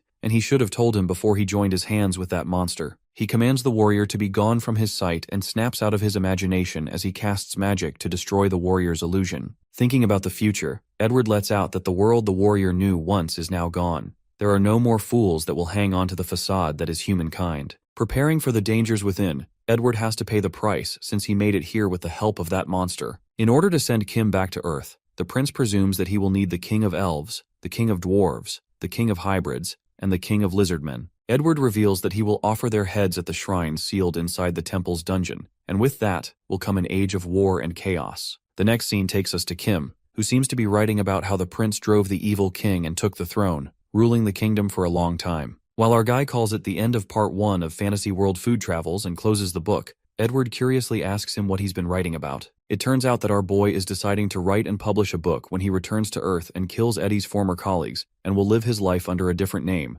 adding that he won't be able to make money like he used to, so he will sell this book. Kim further discloses that since it's a story about him eating things in a fantasy world, he titles it Fantasy World Food Travels. But the king tells him that his book is not going to sell with a title like that and suggests a more intuitive title, calling it The More I Eat, The More I Get Stronger. Not caring about the title, Kim lets out that he's going to hire a ghostwriter anyway, as he is good at eating but not at writing. Meanwhile, Edward asks him what he's going to do if the book fails. Our fella puts on a smirk and informs him that he's experienced everything firsthand, and the story's details will be off-chart. Being certain, Kim predicts that his book is going to be a bestseller, given that it will be a series of 3 epic blockbuster fantasy films. However, the king shakes his head as he appears to be worried and discusses how they're going to send him back to Earth. Before Eddie could begin, Kim already knows that they need to make an offering of the king's head from each race and asks him if it's possible. Edward then pulls papers out of his drawers and clarifies that it won't be like going after the Demon King. He proceeds to explain that it will be possible to go after each king with an elite squad, but their heirs will claim the throne and come after humans to punish their arrogance, adding that they'll invade by allying with each other. The respective races are: the elves are skilled with the bow and wield magic, the dwarves' blacksmith skills have reached a level of magical greatness, and the hybrids and the lizardman's physical abilities have surpassed the humans. Mentioning their special skills, Edward asserts that they are no match for them, even if they have an advantage in numbers, and if they form an alliance, it would be the king's neck on the chopping block. However, for now, the king decides to establish stability and centralize his power, uniting all the nations to make it possible for them to fight other species. While the king hands Kim a list of papers, the guy goes through them and asks him if he's ordering him to do his dirty work. That's when Eddie reveals that it's a proposal and tells him to turn to the back. Flipping the papers backward, Kim appears to be exhilarated and lights up when he realizes that it's a treasure map as he goes through all the locations of different exotic species, more like his feasts. Glad that his brother likes the gift, the king, being the rightful heir to the throne, then appoints him as the top secret royal investigator. As Kim is shocked and asks if the kingdom had a position like this,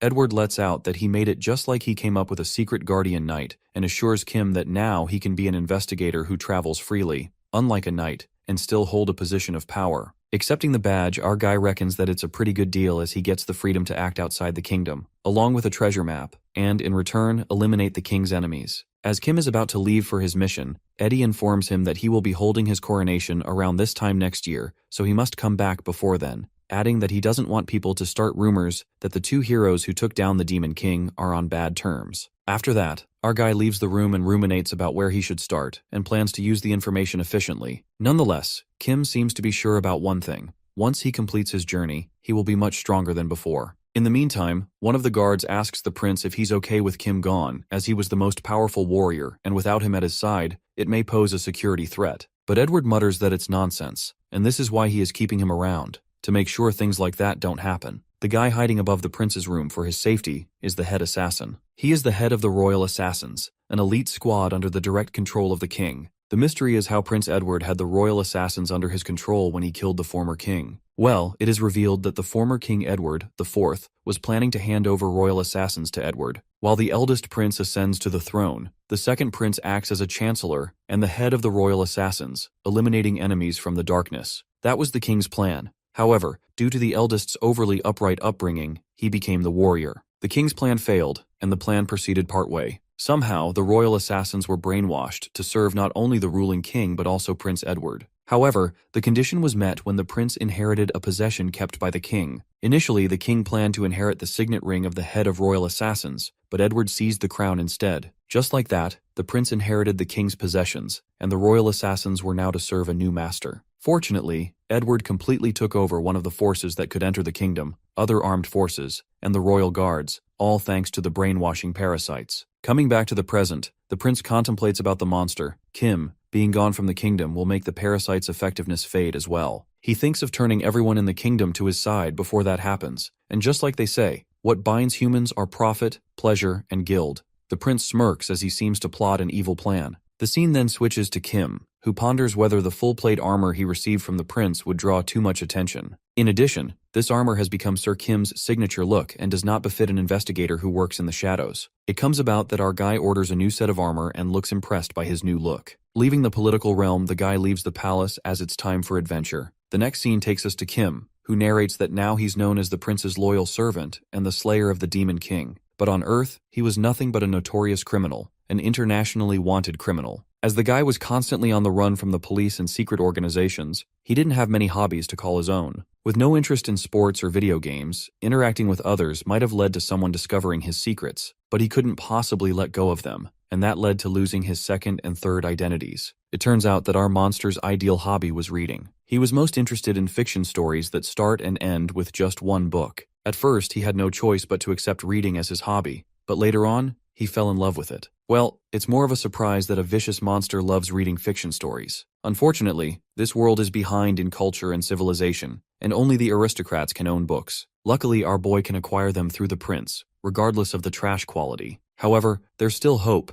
Even if entertaining stories aren't written by anyone, there are entertaining stories told by someone else. Later, a woman tells how humans used to pass their knowledge through story and song before they discovered how to write, and persuades the crowd to preserve these invaluable stories taught by wise town elders to the children and join the school of bards. Inspired by such words, a girl named Felina Greensmith becomes an aspiring bard, but later on, she regrets her decision. In a strange turn of events, she becomes a wandering minstrel, calling herself an idiot for believing that fraud, bard school. While Felina is not happy that her life turned out this way, she presumes that people only want to hear glamorous tales of adventure, rather than minor tales of the adventure of humble heroes. She concludes that, in the end, minstrels are nothing but clowns who entertain crowds with exaggerated stories, adding that this isn't why she wanted to become a minstrel. Regretting her life decisions, Felina enters a bar located in Santo Fabro. Hearing a lot of chattering, she glances at the small group of mercenaries and an adventurer who is none other than our guy Kim. She then witnesses someone with a cloak on his face and assumes that he's just some drunkard. But she notices the well-made armor and thinks that he might be someone involved in trouble, so it's better not to get involved. After that, she decides to sing for the adventurer and the mercenaries. Pondering that these two have the tendency to look down on one another, Felina carefully chooses a song as one wrong song choice can lead to fight, and she will have to wave goodbye to her tips. And it appears that the girl has an ace up her sleeve as she announces that she will be singing the song,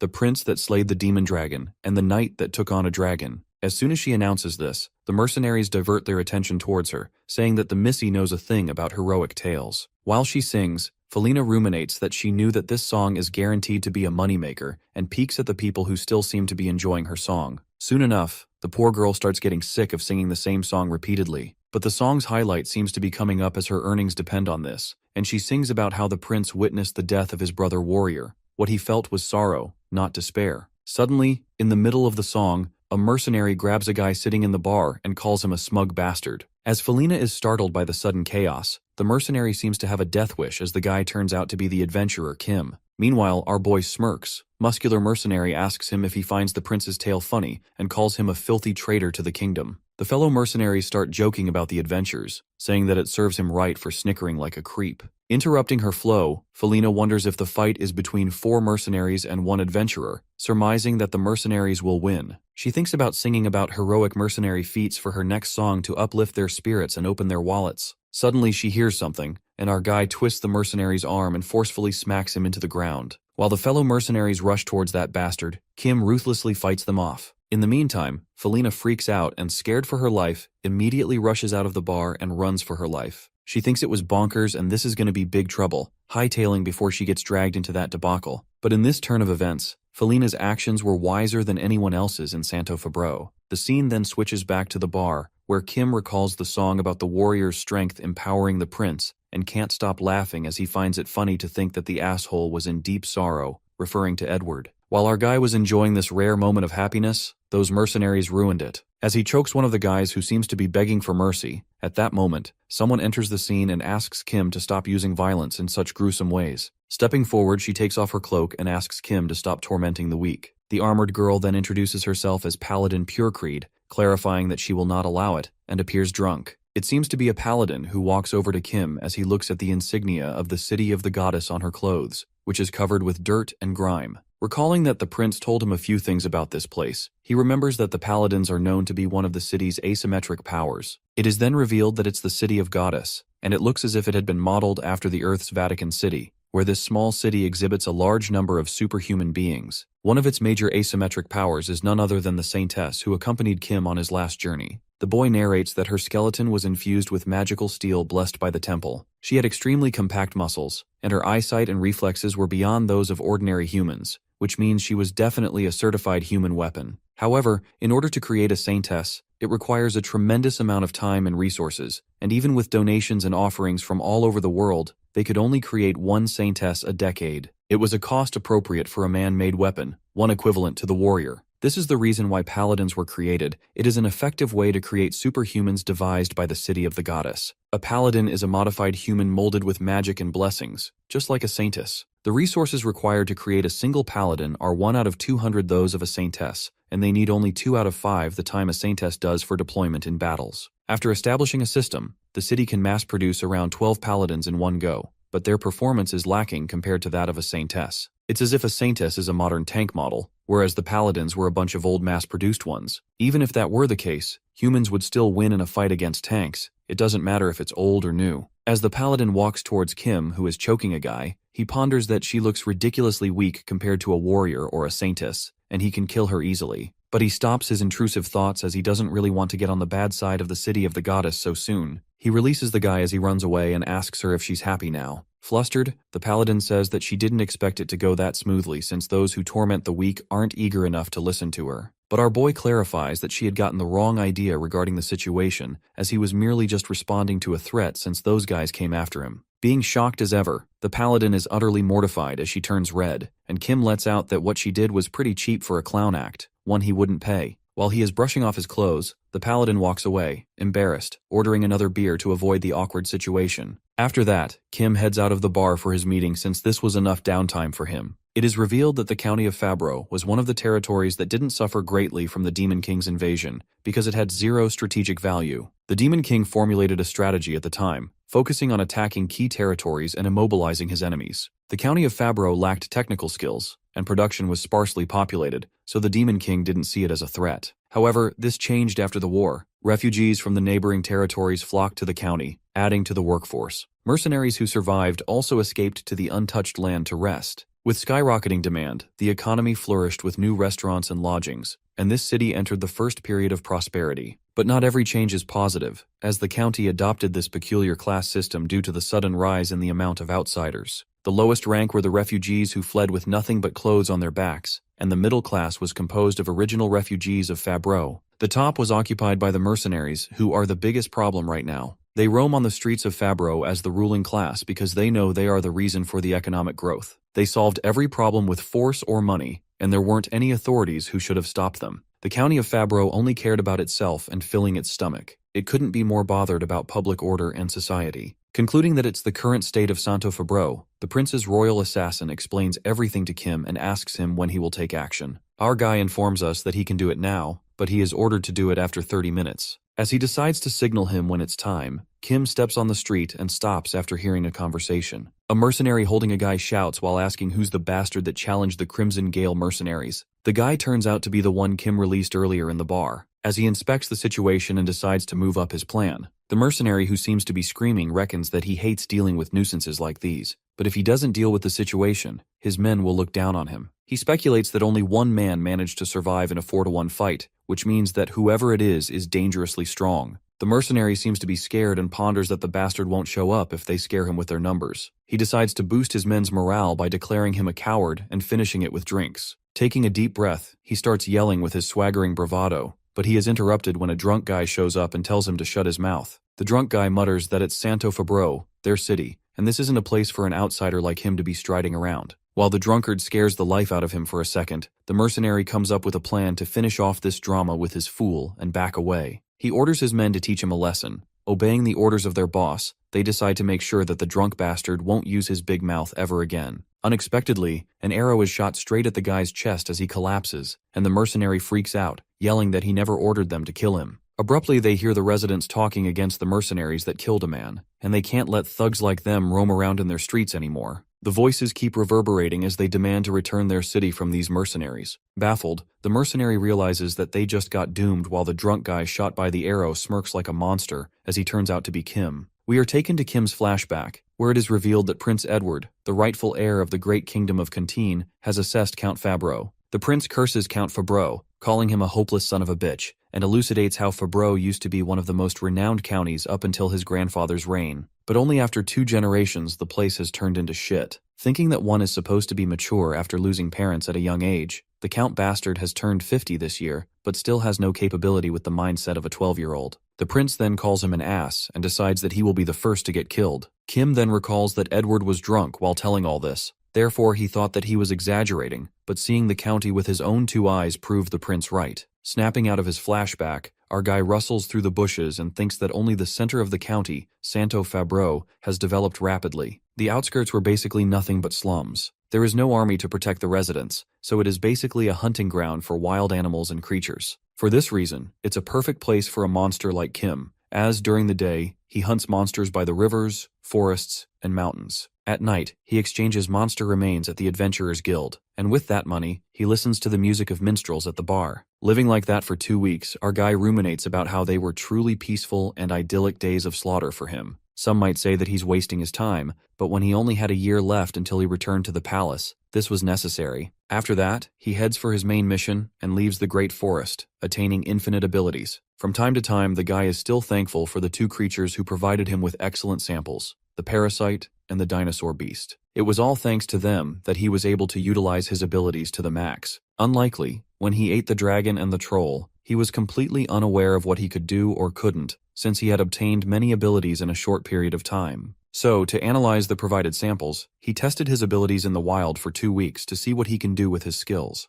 Earlier, after leaving the bar, Kim heads to the promised meeting spot where he meets with the prince's agent, the royal assassin who reports to him the prince's plan. After processing the information, Kim realizes that the prince plans to completely replace the lords. He ponders that when there's chaos after the lords change, monsters will become more powerful, which is good news for him. The assassin asks him when he's going to take action, and he finds this wide riot city a piece of cake to assassinate. That's how the assassin shoots the arrow aiming at the drunk man, who is actually Kim himself. Just as evil as he is, Kim seems to know that cooperation from the majority is needed to stir things up, and with a large number of people with him, he just needs to change his vocals. Lying like a dead man, the guy first changes his voice to that of the saintess to imitate a young woman and screams at the top of his lungs, uttering that the mercenaries killed a man and they will take over the Santo Fabro. Secondly, he changes his voice to that of a middle-aged man who saw something he shouldn't have back on Earth and says they can't let thugs like these roam around anymore. Thirdly, he changes his voice of the young LAPD investigator who chased him down like a dog.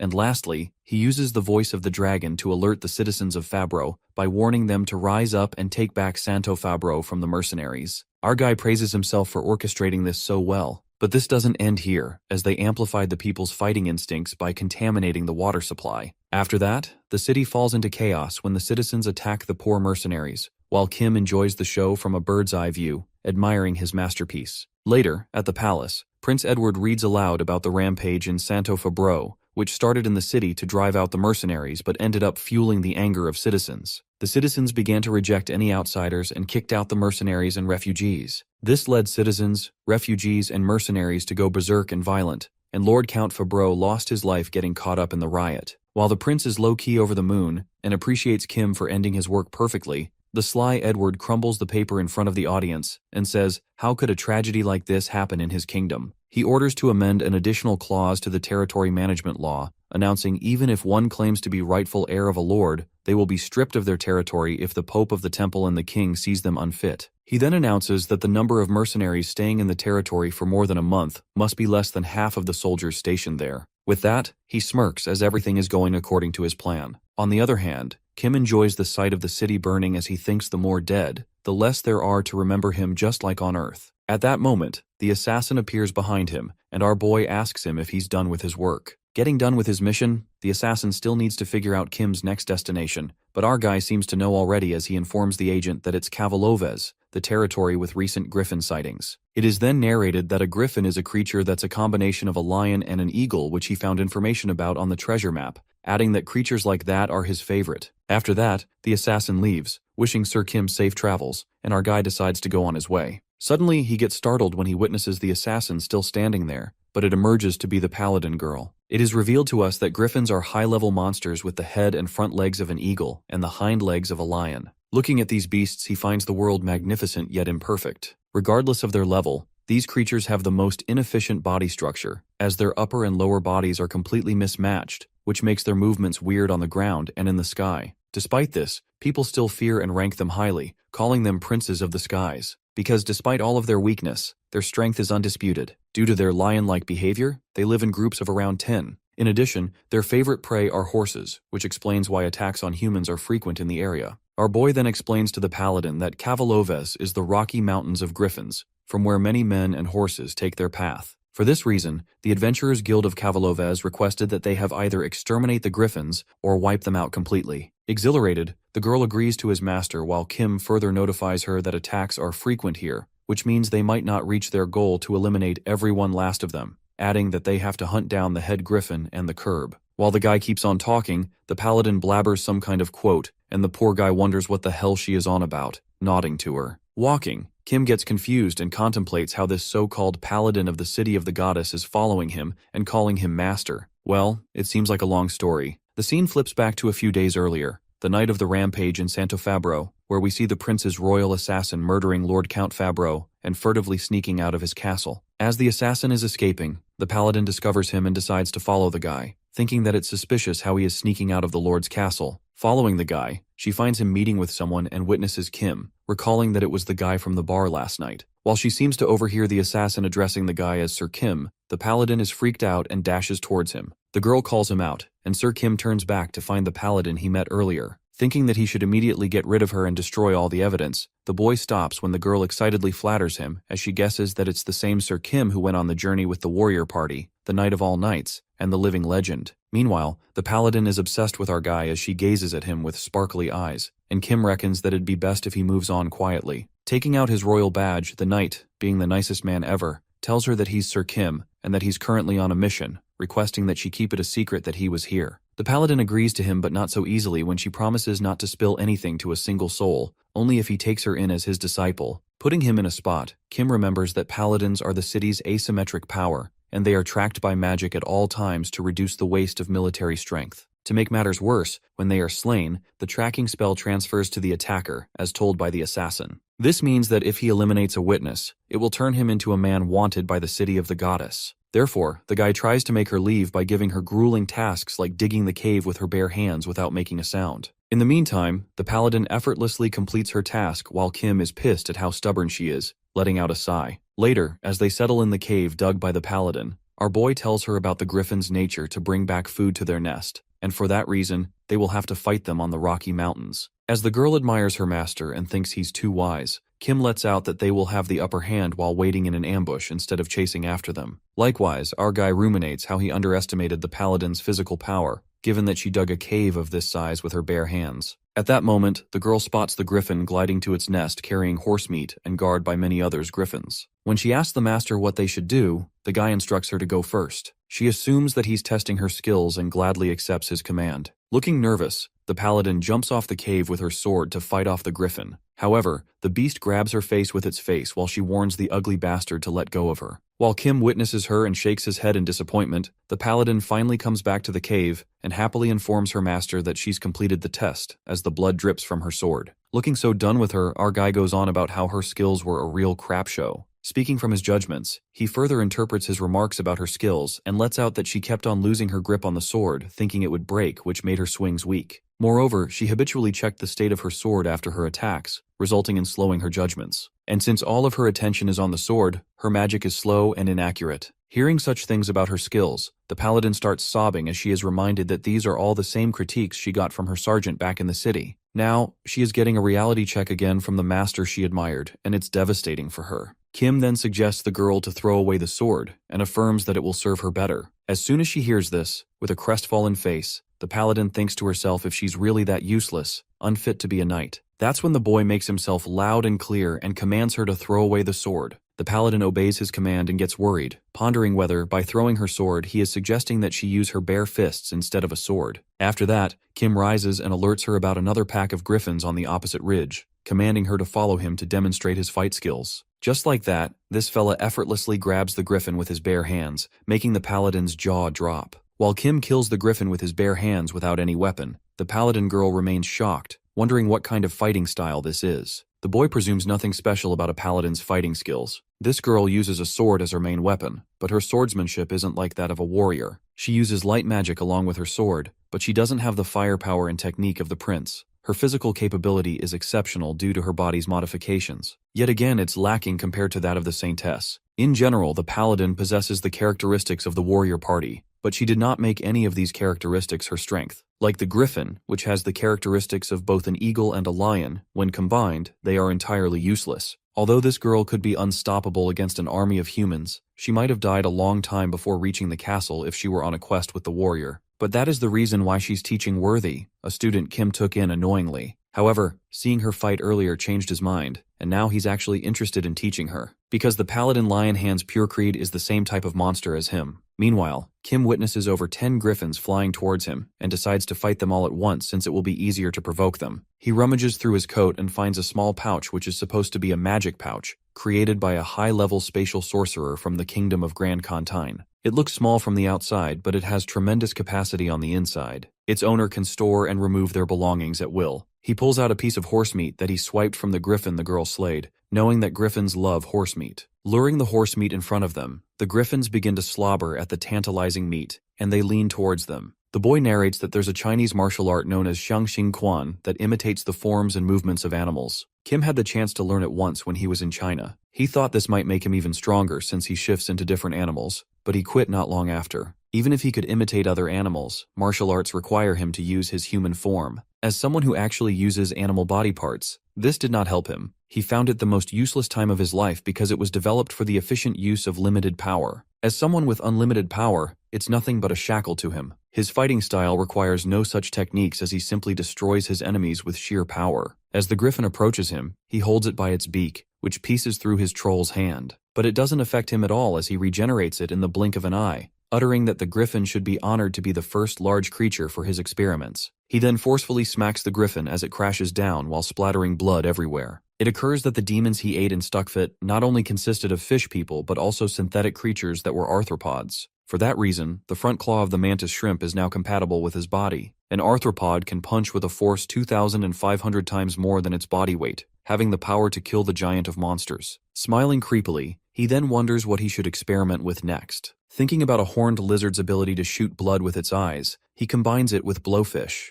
The girl witnesses the fight that is totally brutal with no technique or flair required, just pure violence, which is completely different from a paladin's way of fighting. Seeing Kim fight so ruthlessly makes her heart race, and she feels like all those years of training in the city of Demeter were pointless. She realizes that Kim has the strength to tear metal apart with his bare hand, so he doesn't need to follow the fundamental principles of martial arts. He doesn't have to dodge when he has super regenerative abilities, and if the enemy has a strong defense, then he can just crush its body with its useless defensive skills. This makes her wonder if she could fight like him, throw away the sword that seems to be weakening her, and follow her instincts to use her full potential from within. But then she snaps out of it and reminds herself that she's a paladin, a faithful servant of the goddess and the representative of her holy city. As a knight and a paladin, this guy cannot allow his impulse to get the better of her. In the meantime, Kim walks to her after finishing his task and asks her if she enjoyed the show. The girl flinches as he asks her thoughts about this. Reluctantly, she doesn't reply right away, and our guy notices that she's holding back, telling her that she doesn't have to answer him right away. Calling him master, she guesses that he's talking about the quote of himself. 3 days later, after wiping out all the griffins in the location mentioned on the map,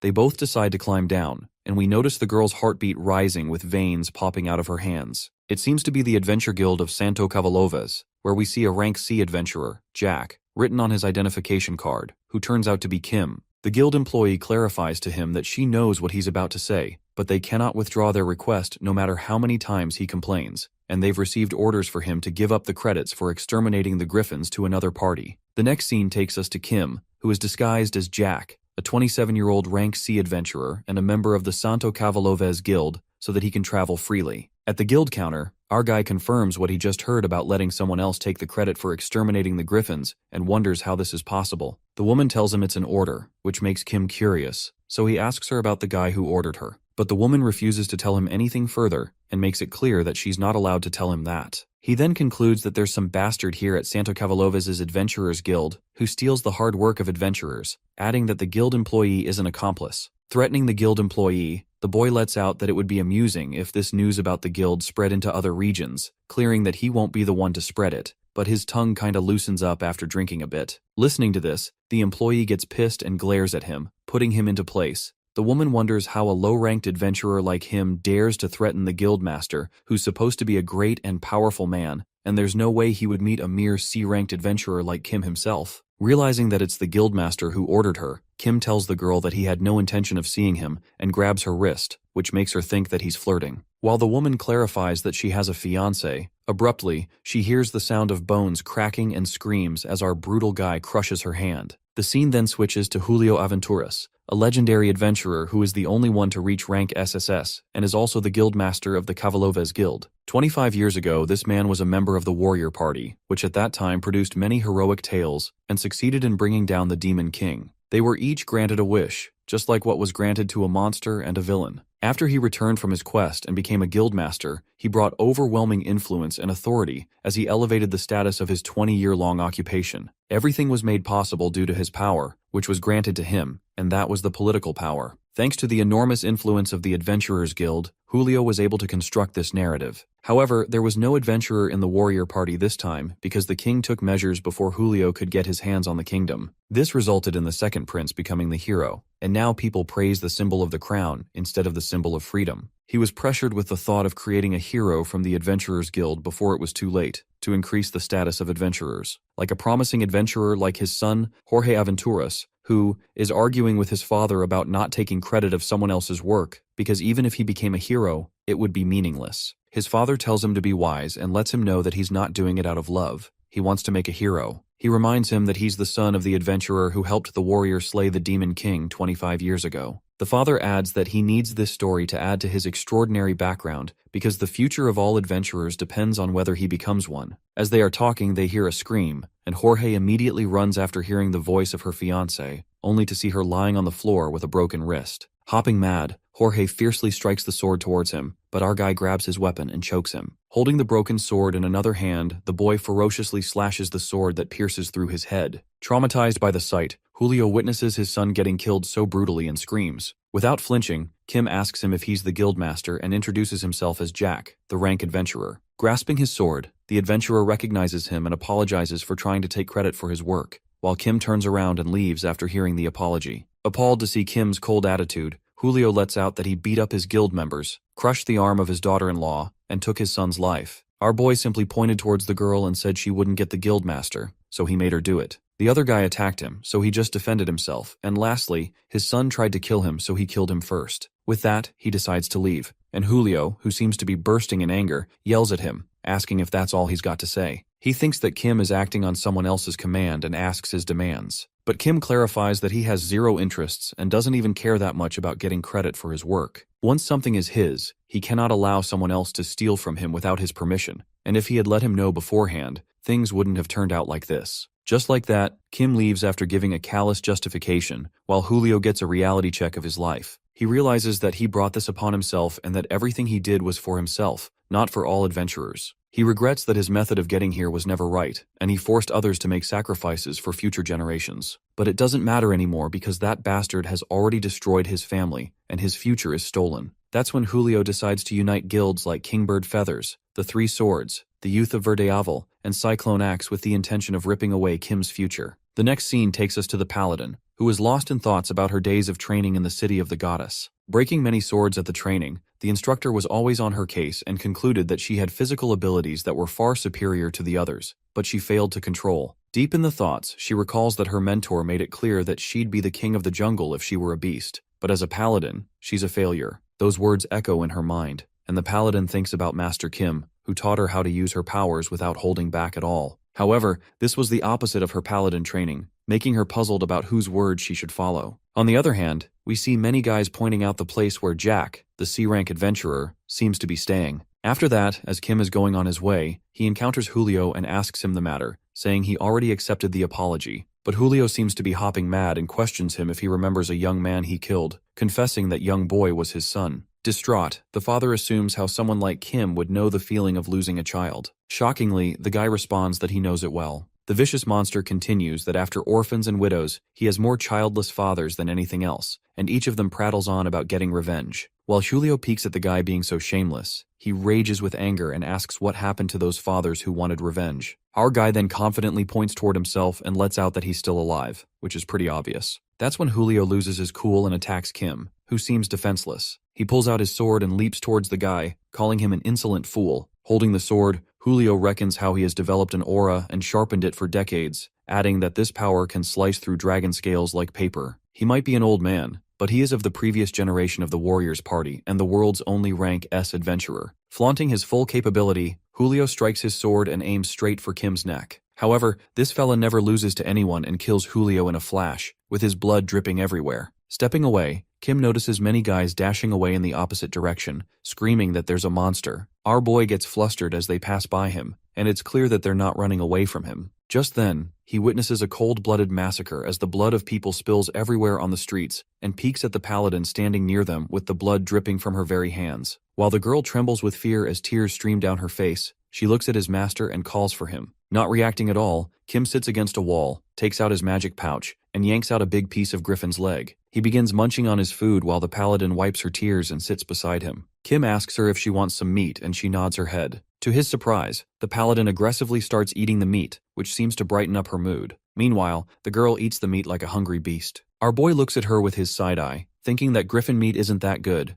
After all, it's a hybrid monster. After eating the food, the paladin confides in him that people believe that the goddess grants paladins their supernatural strength, but in reality, they are modified humans made from a simplified manufacturing process of the saintess. Thinking that it's no secret at all, Kim already seems to know this since the prince told him before. Shaking, the girl further discloses that paladins are also test subjects for experimenting with abilities for the next generation's saintess. She concludes that it might be the result of one of those experiments, showing her hand, which is swollen and looks similar to the troll's hand. Clenching her fist, the girl lets out that she cannot overcome this strange impulse, while Kim realizes why he felt an odd sense of familiarity when he first met her. It is then revealed to us that Kim never once considered even his parents to be the same kind of life form as his, and the same goes for his disgusting pig-like brother. For this reason, he always kept his distance from everyone and kept his abilities a secret, but strangely, he showed the paladin his abilities without hiding anything because she was the same monster as him. Kim then remembers how they made a mess here and completely wiped out the Adventurers Guild of Kavaloves along with its guildmaster. Yanking out his thoughts, our guy instructs the paladin to get a ticket for carriage, as they can no longer stay here. When the girl asks him where he's off to, Kim informs her that he has some leftover business to deal with, and assures her that it won't take him long. As soon as the girl sprints to get the tickets, a voice calls for Kim. It appears to be the assassin who happened to hear their conversations. Nonetheless, our guy asks him for payment, and the assassin hands him a pouch. Meanwhile, Kim contemplates that the higher-up speculated that paladins were used as test subjects for creating saintesses. There is no definite proof, however the paladin's words confirmed that hypothesis. The assassin then tells him that he got him some travel fare and a new identity. Jack, a 26-year-old Class 4 mercenary who is a member of the Spurs mercenary clan of Almaruez. As the guy gets his next mission, the assassin asks him his next destination, to which Kim responds that he's heading to Santo Canargo. Leaving for his next mission as a mercenary, Kim ruminates about Santo Canargo, where he first encountered Prince Edward, and gets excited to unite with some old acquaintances as a secret guardian knight, referring to Old Man Baron.